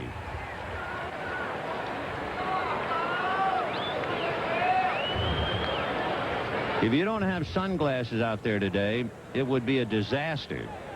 And Dayette needed them every inch of the way.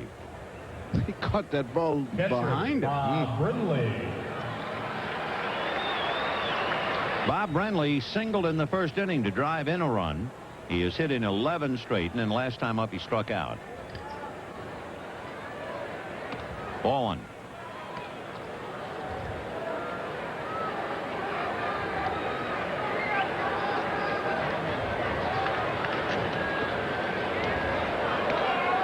Two balls and no strikes the count. Giants scored 5 in the first. You had to see it to believe it. Added another in the second. Well, here's another pop fly in the wind. Woo, and Noche dropped it. So Paul Noche is another witness who will take the stand and tell you about a lovely day at Candlestick. He was waving people off. Watch him, and he never gets to it. Never did get to it. He waves them off. He says, I got it. And the wind probably saying, oh, yes. And down she goes. It is your usual double to the shortstop. That's how it's ruled. So Brenly has a single and a double, and Kevin Mitchell will be the batter. Third baseman. Mitchell hit the ball a Denier drop and then struck out in the 3rd inning. You know, when you see the Cubs having as much trouble as they're having today, you wonder how in the world the Giants have not been able to win at home. Because obviously they know the ballpark. They're accustomed to the wind, if you can ever get accustomed to it. And the visiting team, you would think, is at a tremendous disadvantage. And yet the Giants have lost 11 of their last 14 at home. Craig, when he talks about it, Vin, he says, listen, if they weren't hustling, weren't playing, doing things badly, it'd be something else. But he said these guys are really out there, really busting their hump, trying to win these games, just not winning. 2 balls, no strikes. 2-1 to Kevin Mitchell. How could, there you see Roger Craig with Sherry. You know, I never could understand that kind of scoring, though, on a pop fly like that. Well, the basic thing is, well, he never touched it. Baloney. Especially if you're the pitcher.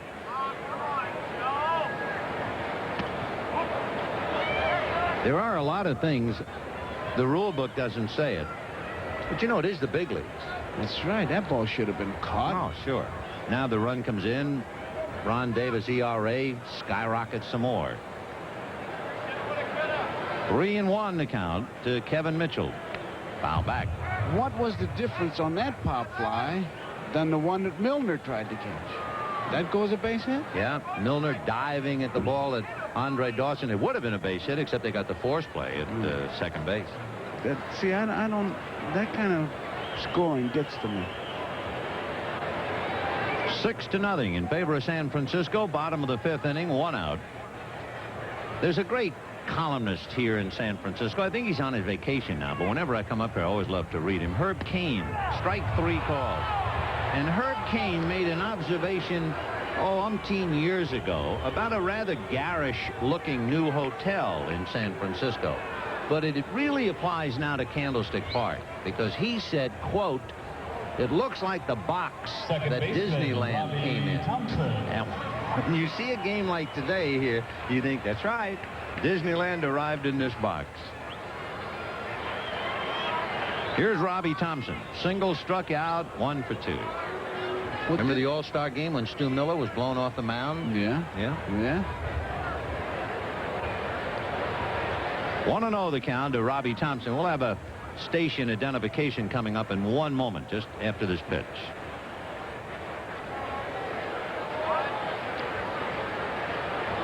All right, we'll pause briefly for station identification. This is the NBC Television Network.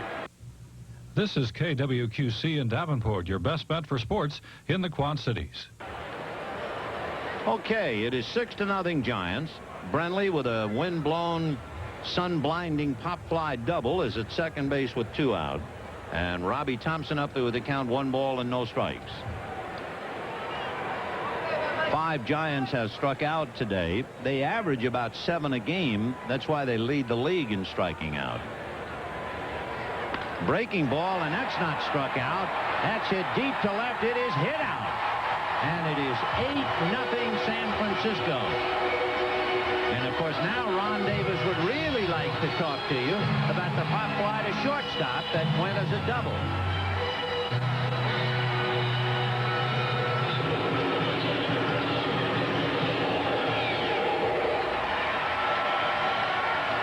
Davis came sidearm to Robbie Thompson, but Robbie didn't give any ground. Ball stayed inside, and he just drilled it.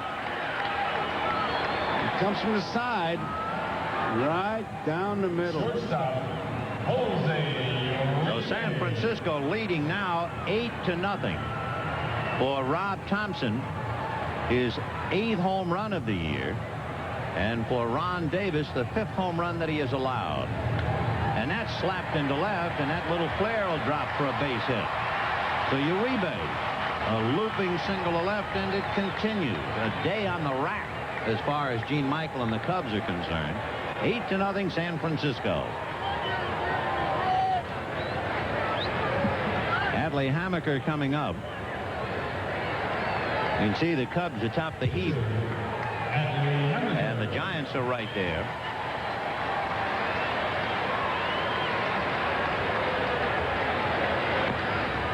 Fouled away. The Cubs are on a pace to hit 215 home runs this year. That would be an all-time club mark.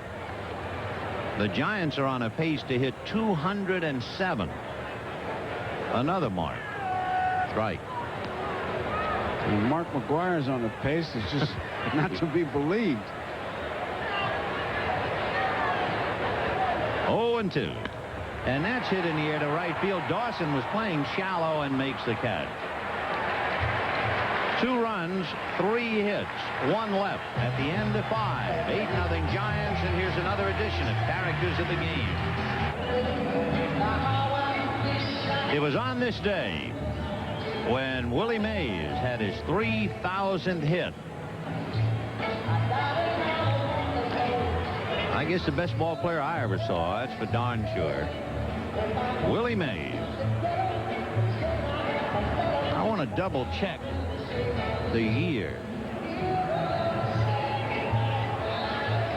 Said 1971, and of course he will forever live in memory, along with Mel Ott, another Hall of Famer. There they are. Willie McCovey, Juan Marichal, Willie Mays, Carl Hubble, Mel Ott, Bill Terry, Christy Mathewson.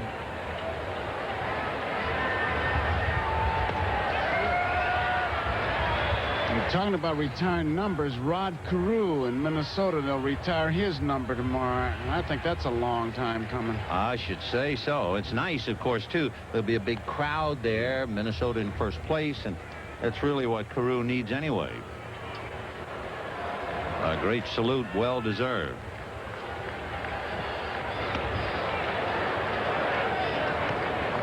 Two balls, one strike.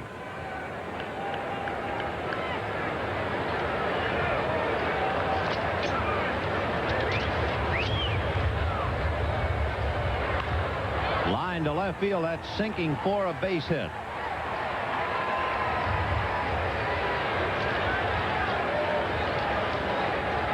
Let's check the scores. The Red Sox took care of Oakland today. The A's were just one back, but Boston bangs them 5-3. St. Louis leading San Diego 3-1 in the 6th inning.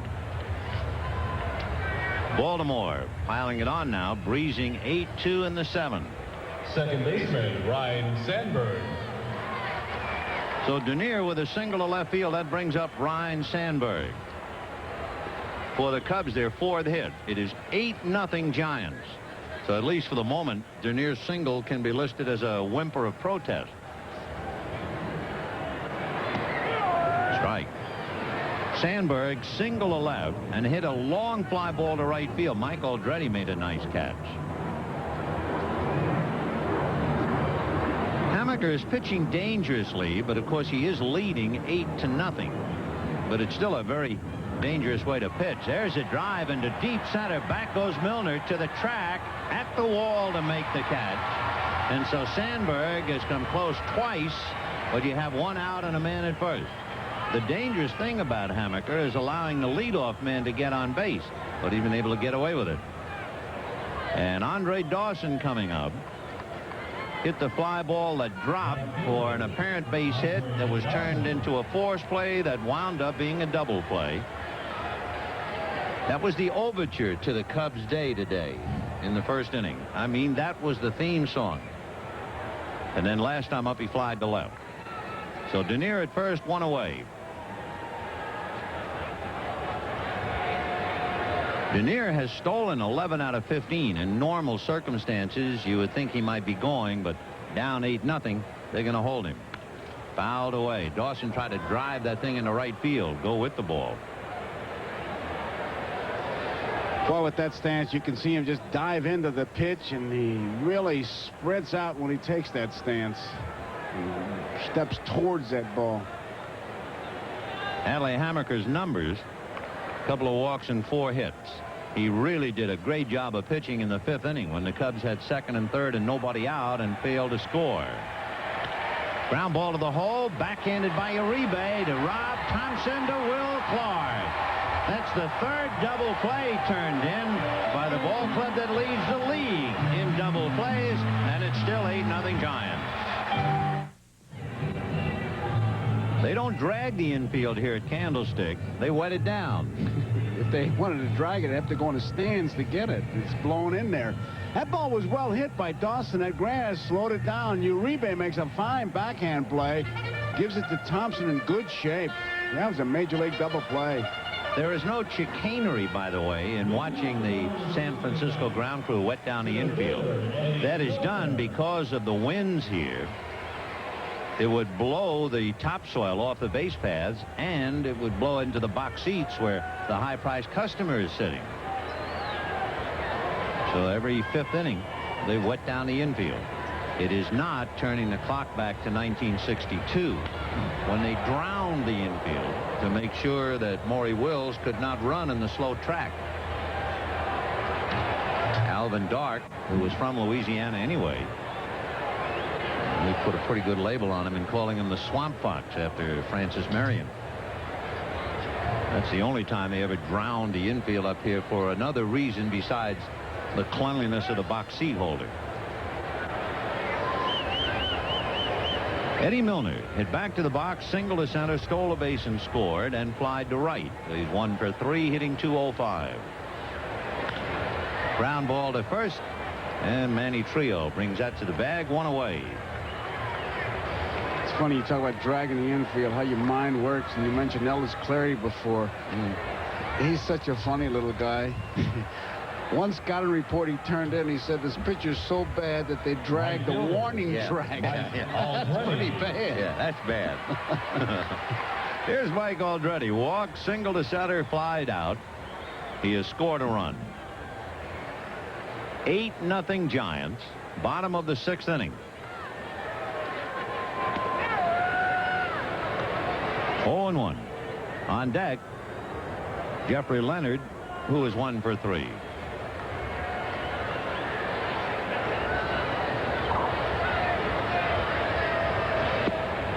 The Cubs have used Greg Maddock, Ed Lynch, and Ron Davis. Atlee Hammaker going for the Giants, trying to win his 5th, and he's leading handily, and he's gone the required 5. So Atlee's in pretty good chance to pick it up today. 1-2. You know, we've been giving anniversaries. We talked about the fact that with Mattingly's 7 straight home run games completed on a day when Joe DiMaggio had his streak snapped, July the 17th of 41, and we showed you Willie Mays getting his 3,000th hit on this day in 1971. Aldrete comes up empty. Down he goes. This is not a big streak. It's not going to get any headlines, but in the National League record book, it was on this day that Ron Hunt was hit by a pitch. And when Ron Hunt was hit by a pitch on this date, he broke Frank Robinson's record, National League record, of being hit most times by a pitch. Ron went on to what we thought was stratospheric heights in being hit by a pitch. But Don Baylor has broken that mark. So Baylor now is the champ. Battered and bruised and lumped, but he's the champ. What was it Ron Hunt said about that? He said, I was always hoping there'd be somebody dumber than me to win the award. He said, you know, when they talk about players being able to hit, they say he gets good wood on the ball. Ron Hunt, they said he gets good skin on the ball. Take one in the neck for the club. 1-1 to count. Jeffrey Leonard, 8-0 Giants. 6th inning. He used to practice that. Go down and practice getting hit. Yeah. That's dedication. Oh. And hospitalization.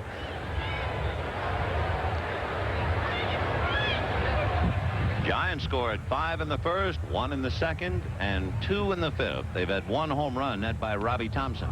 And Leonard, and I've got to believe his wrist is bothering him.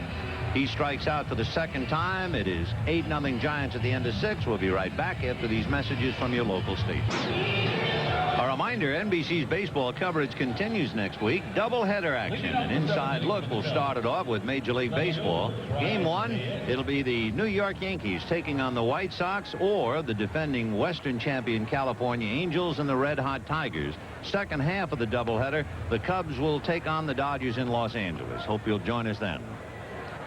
Brian Dayette, Keith Moreland, and Manny Trio, 7th inning, 8-0 San Francisco.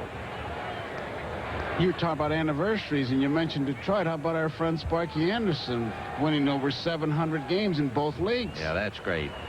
And he has his Tigers on the move. Detroit, when the sun came up today, 5 games back of the Yankees.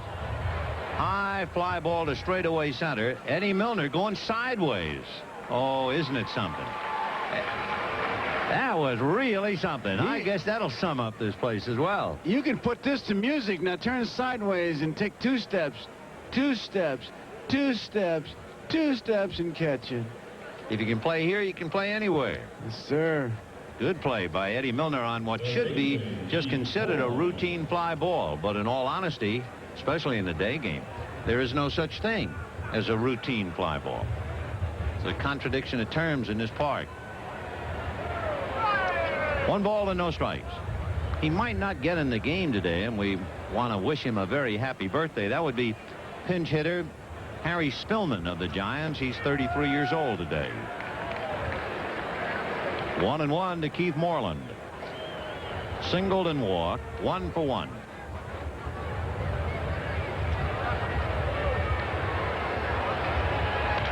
Lined into left field. That'll be a base hit. So Moreland bidding for a perfect day. 2 singles and a walk. That is hit number 5 of Atlee Hammaker, and the batter will be Manny Trio. Hit into a double play, single to right. Cubs had that rocky first inning because of the confusion on the pop fly. They had 2 on and nobody out in the second. Trio hit into a double play. They had second and third and nobody out in the fifth, and they couldn't budge him. They had the leadoff man get aboard in the sixth, and Dawson hit into a double play. And now a 1-out single by Moreland. And Trio drives it to left, and Leonard going back to the track, and this one is gone. So Manny Trio hits it out, and that makes it Giants 8, Cubs 2 for Trio, his 6th home run. He has 18 runs batted in. And for Atlee Hammaker, that's the 11th home run that he has allowed. It looked like he was just going to try to get ahead of Trio, and Trio wouldn't let him. He jumped on that fastball and hit it over the fence. 120 home runs for the Cubs, number 1 in the league. And as we said, they're on a pace to hit. Well, they're going to break the 182 set in 1958. Fan makes a pretty good catch. Drops it, but he'll recover it. So 8-2 Giants, and here's Jody Davis. And he goes the other way, but he hit it more off the end of the bat, and it's going to be an out to Aldrete on the track. 2 down. Hammaker's pitch is coming up a little bit now. He had the long out by Diet, high in the air. Then Moreland single, Trio homers, Davis a fly ball to right, and Paul Noche will be coming up. They're not letting Hammaker get ahead of him. They're going after that very first pitch. It's in the strike zone. Noche struck out, grounded out. Left-hander Frank DiPino is throwing in the bullpen. If they get to Ron Davis' spot, evidently Gene Michael will hit for him. 4-1. There's Frank DiPino.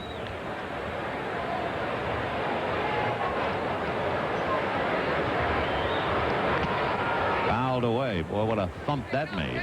1 ball and 1 strike.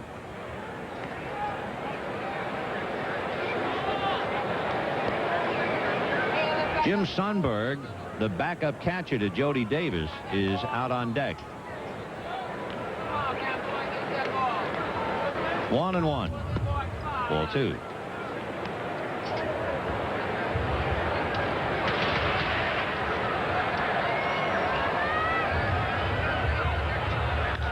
And there's another one hit in the air, but Aldrete comes up to pick it off. And that's that. 2 runs, 2 hits, nobody left at the end of 6 1/2. 8-2 Giants, and here's another edition of the 7th inning stretch. A fitting subject for the 7th inning stretch. Second baseman Ryne Sandberg of the Chicago Cubs. We're going to the bottom of the 7th, 8-2. And some smiles on some pretty faces. Father and daughter. Leading off the home half of the 7th. Will Clark, Bob Brenly, and Kevin Mitchell in that order. And right-hander Ron Davis, who was due up first when the Cubs hit in the 8th inning.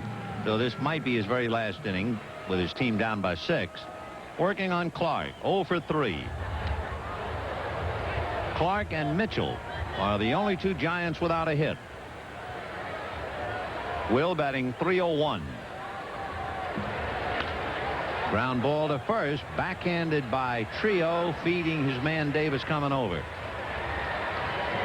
1 away.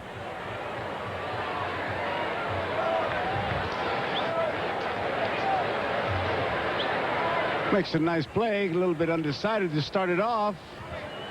Kind of a strange position in the way, but he gives Davis a good feed, and they got 1 man out. Catcher Bob Brenly. Trio doing the job for Leon Durham since the left-hander Atlee Hammaker is on the mound. Here's Brenly, single to center, struck out, and got a pop fly double when Noche surrounded it but couldn't catch it. So Brenly, 2 for 3, has hit in 11 straight, and he's batting .287. Ball 2.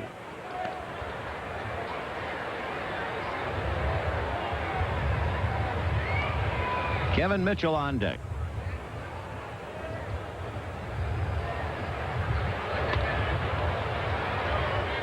Three and 0.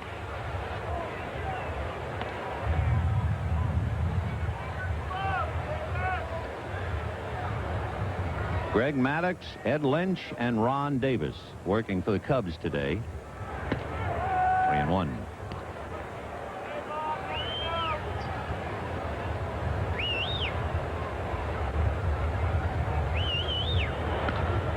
High fly ball into left field and deep. Dayette goes back on the track at the wall. Gone.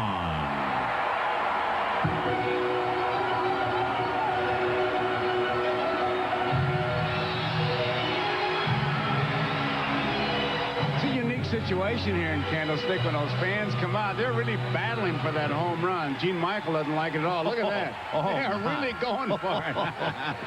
Those kids have a field day. Look at them. They come out of the stands like a wave. Look at them coming over now. These kids want that ball, and some of the grown-ups. And boy, here it comes. Look at this. And the batter now, Kevin Mitchell. Ball 1. Ron Davis can't find any humor in the situation. It's the second home run he's given up today. A rather pained look on his face. Mitchell hits a high drive into right center. Denier going back, now on the track, and makes the catch two-handed. Two-handed. It is 9-2 Giants. Two-handed too late. I remember years ago when Rico Carty, and I think Rico Carty was the first outfielder to introduce the one-handed catch of a routine fly ball when he came to Atlanta. Let me question it a minute. Yeah. Was Leon Wagner before Carty? Well, maybe Wags with the Giants. I don't know, but I know Carty just always did it, and I always felt he was the one to introduce it. And Paul Richards was then running things in Atlanta, and he told Carty, I don't want you to do that again. And Carty said, I can't catch the ball with two hands. He said, you're going to have to learn. And somebody hit a fly ball. Carty tried to catch it two-handed and dropped it. He went back to catching one-handed. And ever since then, and before that, I don't remember seeing people catch balls like that. No, they always caught the ball two-handed. The worst thing about it is, and of course Michael could attest to it, if you have a center fielder who drops a fly ball with two hands, you say, well, that's one of those things. But when you see a fellow drop it one-handed, that's really hard to swallow. 1-2. Foul ball, and this telecast presented by authority of Major League Baseball and may not be reproduced or retransmitted in any form without the express written consent of Major League Baseball, and I doubt very well if there'd be many requests for this one, especially in Chicago. If so, we'll go see them 2 to 4 on Sundays. They'll be in a place like that. You know, getting back to catching that ball, I remember Terry Moore, the great center fielder with the Cardinals. Oh, yeah. Always caught the ball on the right side of his body, so he didn't have to swing around to throw it. He was always in position to throw. I remember as a kid reading on the back of a cereal box, they had big league ball players talking about how to catch a ball, and one of the things they said, catch the fly ball as if it was a baby bird falling out of a tree, very gently.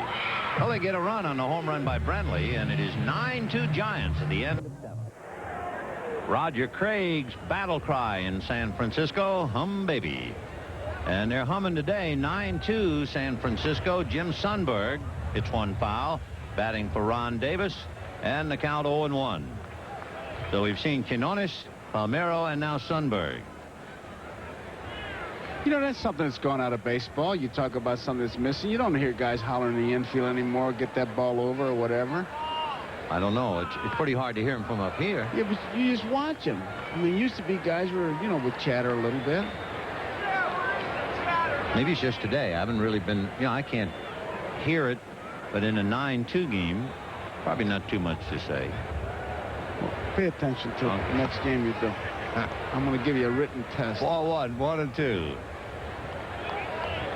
As a kid, remember the things you used to say? You know, this is a true story. Trying to play baseball up at Fordham, right? And Jack Coffey was the coach and the most literate man you'd ever want to meet. 1 ball, 2 strikes. Hard ground ball to short. The grass takes the sting out of it, and Uribe throws him out. 1 down.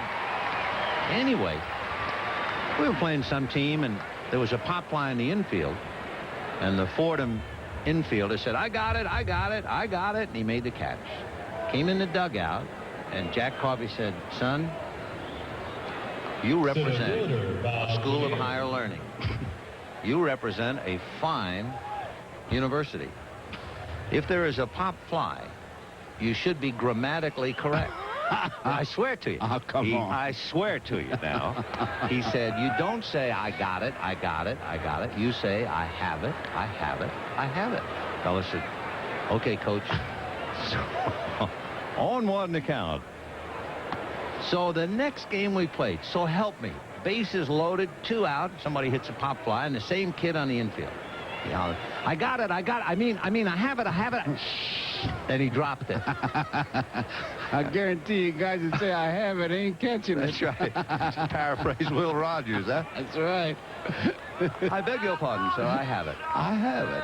2 and 1 to count to Bob Denier. Please precede me, and you make the play. And on deck, Ryan Sandberg. Ground ball to the left of Uribe, but he sucks that one up like a vacuum cleaner. And again, that's where that grass really comes in handy. Not to take anything away from Uribe, but earlier Dawson hit a ball in the 6th, and it's a base hit. But it was a double play. This one is smacked right on the screws. Tell you, the groundskeeper can help your ball club. There's nothing wrong with it. There's nothing. In fact, Al Rosen, they had the best over in Cleveland. Well, I say the best. I mean, one of the best, because that whole Bossert family, even going to now, those guys could really work on an infield. Well, here's Ryan Sandberg, single to left, hit a long fly ball to right and a long fly ball to center. So Rhino 1 for 3, hitting .284. It is 9-2 Giants. The game really kind of went down the drain by the 2nd inning. It was 6-0 San Francisco.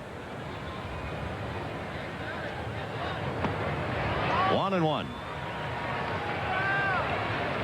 The Cubs, I guess, knew they were in for trouble in the top of the 1st. Sandberg singled. Dawson hit a pop fly that fell for an apparent hit.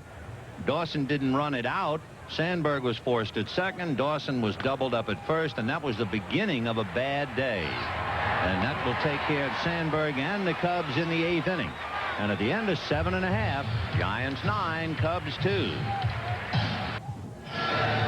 Well, we were talking about it earlier. It must have been very tough for the Cubs not to say to themselves, what a day this is going to be. But that's really been the kind of a day it's been. It is, and I tell you, it's really hard. You almost have to kick yourself in that dugout to make yourself go, because you know that things are going to go against you, and it's just very difficult to do, and they haven't been able to do it. You've been in dugouts that have been overwhelmed by the opposition once or twice in your career.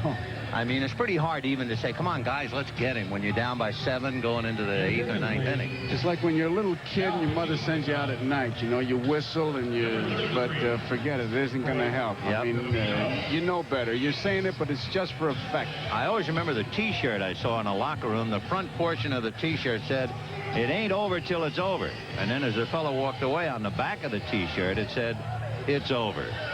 Well, Frank DiPino has 3 outs to get in the 8th. He is the 4th Cub pitcher. And Johnny Oates will scratch off one more name. So it's been Maddox, Lynch, Davis, and now DiPino. He'll be pitching to Uribe, Hamaker, and then Milner. 9-2 Giants, bottom of the 8th. Boy, that popped out. Ball 1. Uribe double to right, popped to short, and single to left. Uribe hitting .287. Fouled away. Nice crowd today. 26,504. 26,504. That's about 6,000 above the average here at Candlestick as they slowly get to the million mark. They're not there yet. There are, last I read, 7 teams in the National League, including the Cubs, who have drawn over 1 million. The Giants are over the 850,000 mark now. That's Jeff Robinson and Craig Lefferts. Lefferts just acquired from San Diego, the left-hander. Fouled away. Pino's like a lot of those relief pitchers. They pitch off the stretch with nobody on. They feel more comfortable, but he looks like he thinks there's a guy on third, almost like he takes a look. They got him from Davy Lopes. Let's watch him. Yeah, he does kind of peek over his shoulder, doesn't he? Like he's disappointed that nobody's there. 2-2. Breaking ball hit foul to Don Zimmer. Still 2-2. You know, when he was that kid shortstop in the minor leagues, not only was he a terrific fielder, he had a lot of power. He was a home run hitter. I think he was leading the International League in home runs when he was being. 2-2. Of course, we're not telling the people in Chicago anything about Don Zimmer. He was the coach at third for the Cubs when Jim Fry managed the ball club. Jim, of course, is now broadcasting Chicago radio play-by-play of the Cub games, and Zimmer's coaching for the Giants. 2 balls, 2 strikes. Interesting the way he checks over his shoulder. Another foul ball. I guess if you feel comfortable, do it.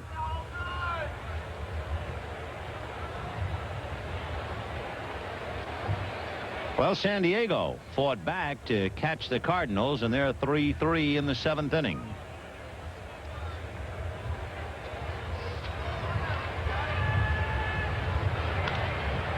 Hopped in the air, foul. Jody Davis coming back.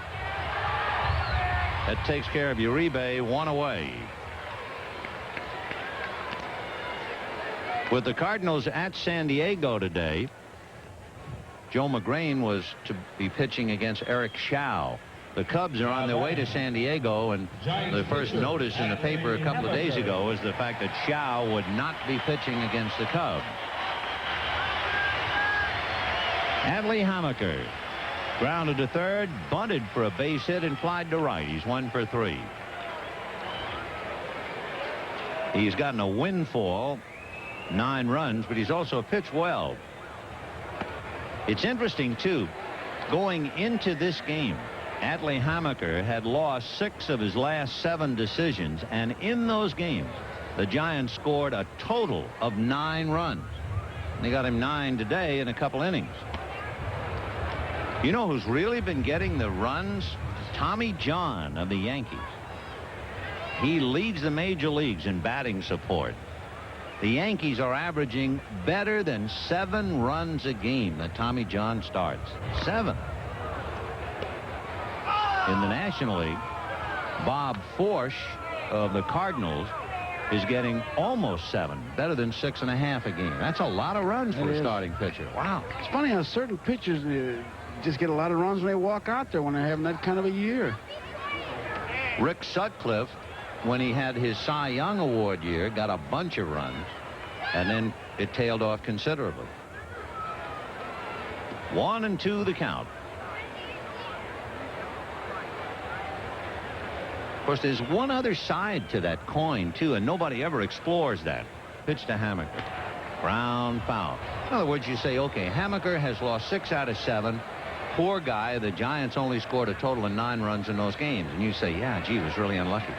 I don't say this is true, but if you look it up, maybe he allowed 79 runs. All right. They'd never tell you the runs that he gave up. 1-2. Hit off the end of the stick, foul outside of first. He broke his bat. The Giants sitting back. That's Dave Dravecky. See, he looks a little different in a Giant uniform. Cincinnati is at New York tonight. The Reds leading the Giants by 4, Houston by 2.5. Ted Power is due to go against Sid Fernandez. And Philadelphia at Houston, Don Carmen and Bob Nepper. 1-2 the count. Fouled away, so Hamaker making DePino work. And it's still 1 ball, 2 strikes. Jody Davis been hit with 3 foul tips just this time at bat. He's in one of those catcher slumps like that mask is a magnet. 1-2. Got another one. Someday we'll have a record kept. Most foul tips. And you'll catcher. keep track of it. I know that. Well, you think anybody has looked at it? Ask Jody. Randy's just looked at the ball and said, we'll put a new ball in play. And that's just what Jody's talking to the umpire about. Why do they have to hit me now? I know somebody's going to probably want to look at the ball tomorrow, and that'll be Gene Michael. And down goes Hamaker. Tomorrow's pitchers, Les Lancaster and Mike Krukow. And the last time Krukow pitched for the Giants against the Cubs, Gene Michael acted as if it was Mike Scott of Houston. He was claiming that Krukow was scuffing the ball.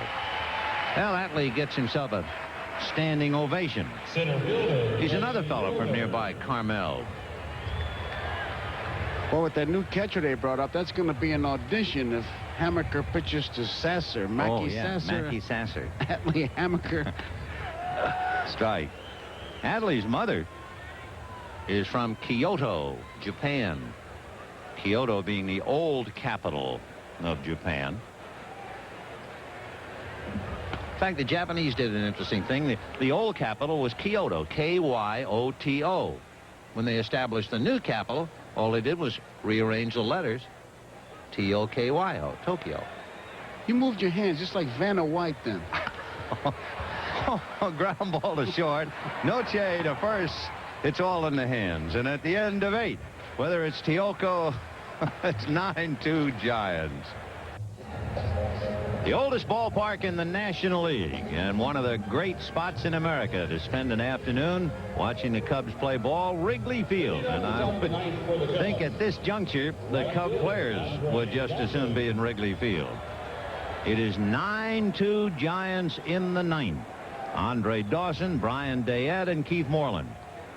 Dawson has a 10-game hitting streak that will be snapped unless he does something in his last at-bat. Ball 1. And he might have gotten a base hit and was somewhat embarrassed in the first inning. He's waited almost, 2 years.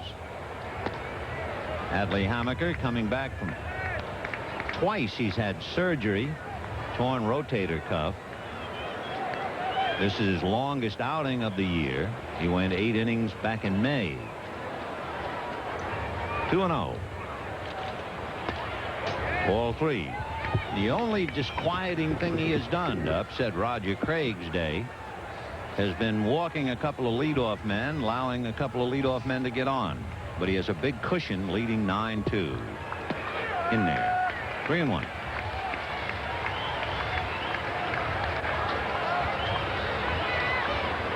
Nine runs, 11 hits for San Francisco, 2 runs, 6 hits, and an error for the Cubs.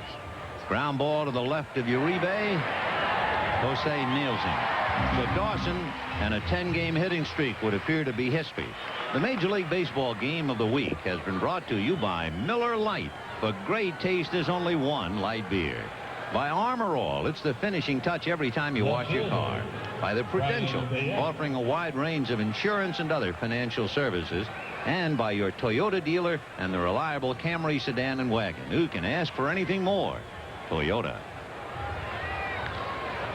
Brian Dayette, ball 1. Dayette walked, rounded to third, fly to center.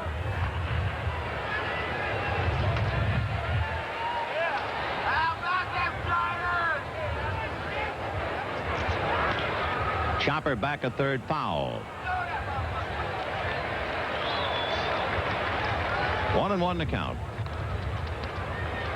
For Adley Hamaker, he is certainly not an overpowering pitcher. He has walked 2 and struck out 1. But he had that big 5-run cushion to lean on in the first inning, and it just got bigger, and he was leading 8-0 by the end of the 5th inning. Good change, 1-2.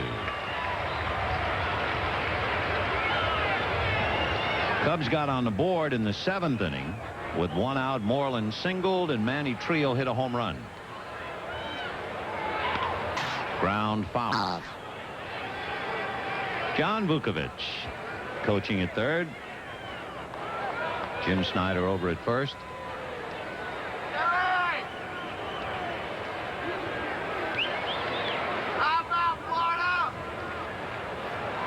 One and two. We have 1 out in the 9th inning. Giants leading by 7. Adley Hammaker trying to snap a 3-game losing streak and win his 5th of the year.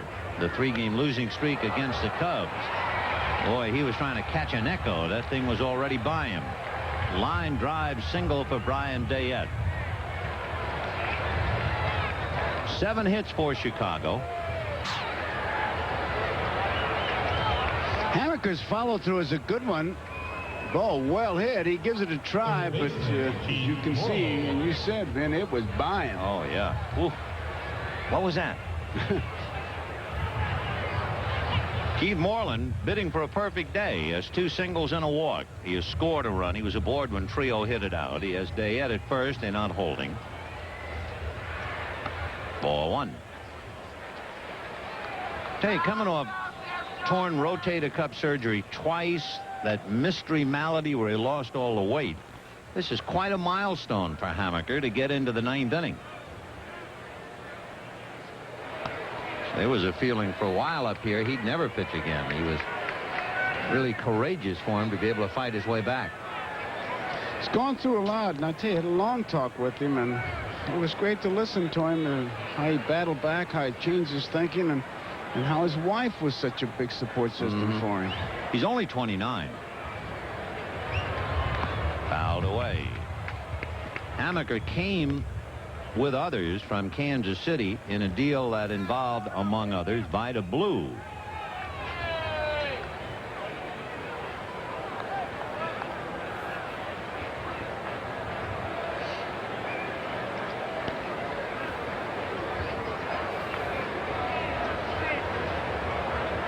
Dayette at first, 2 balls, 1 strike. Fouled away down the right field line, out of play, 2 and 2.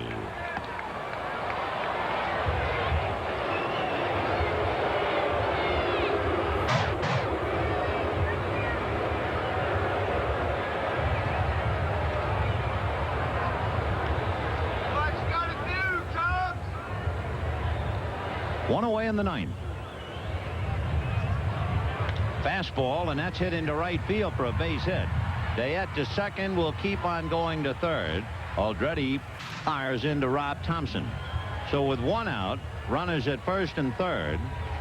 Big day for Moreland, 3 singles and a walk. And the batter will be Manny Trio. Boy, you could see with 2 strikes, he wasn't about to take that big swing. He was going to stay with him. With the breaking pitch, he just served it in the right field. That's good hitting. Trio hit into a double play. Single to right and hit the 2-run home run in the 7th inning.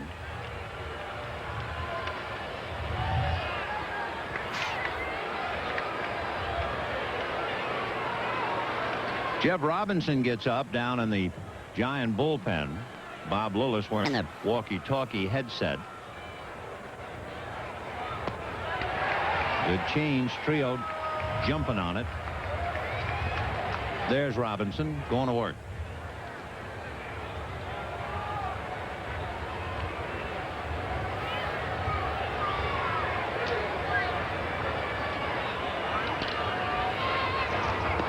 Half swing. They're going to check it first. Swing, says Paul Runge. 0-2 the count to Manny Trio.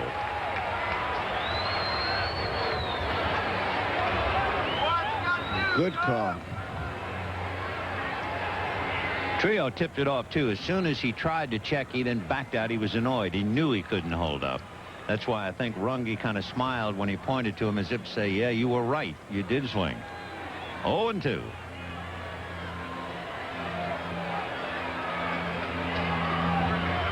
Ball 1.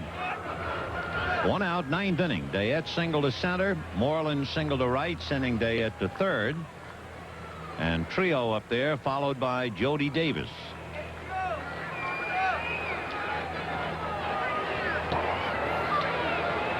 9 runs, 11 hits for the Giants, 2 runs, 8 hits for the Cubs.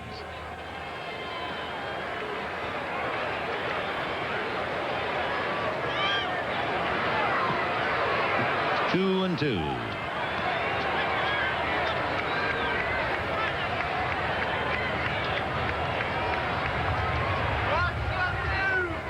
Waiting his turn on deck, there's Jody. 2 balls, 2 strikes.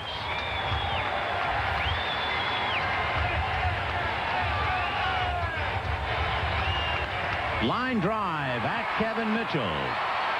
2 down. So Trio hits a bullet, but instead of perhaps an extra base hit and 1 or 2 RBIs, it's the second out. Ball drilled right at the third baseman. And that will bring up Jody Davis. 0 for 3. Flied to left, grounded to third, flied to right. So Jody 0 for 3.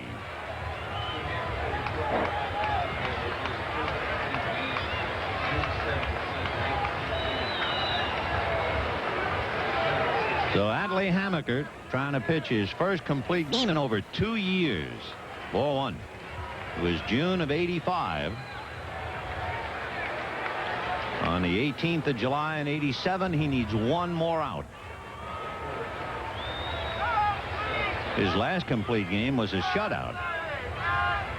1 ball, no strikes. Ball 2.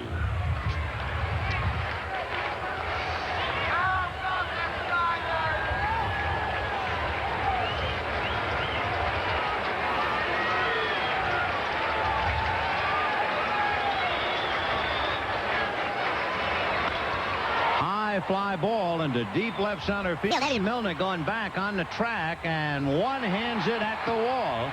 And Adley Hammaker has his first complete game in over 2 years.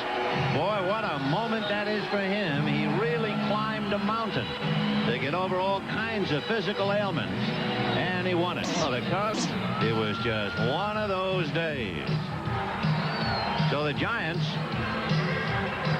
come back to win after the Cubs had won last night. And tomorrow it'll be Les Lancaster and Mike Krukow. Giants beat the Cubs 9-2.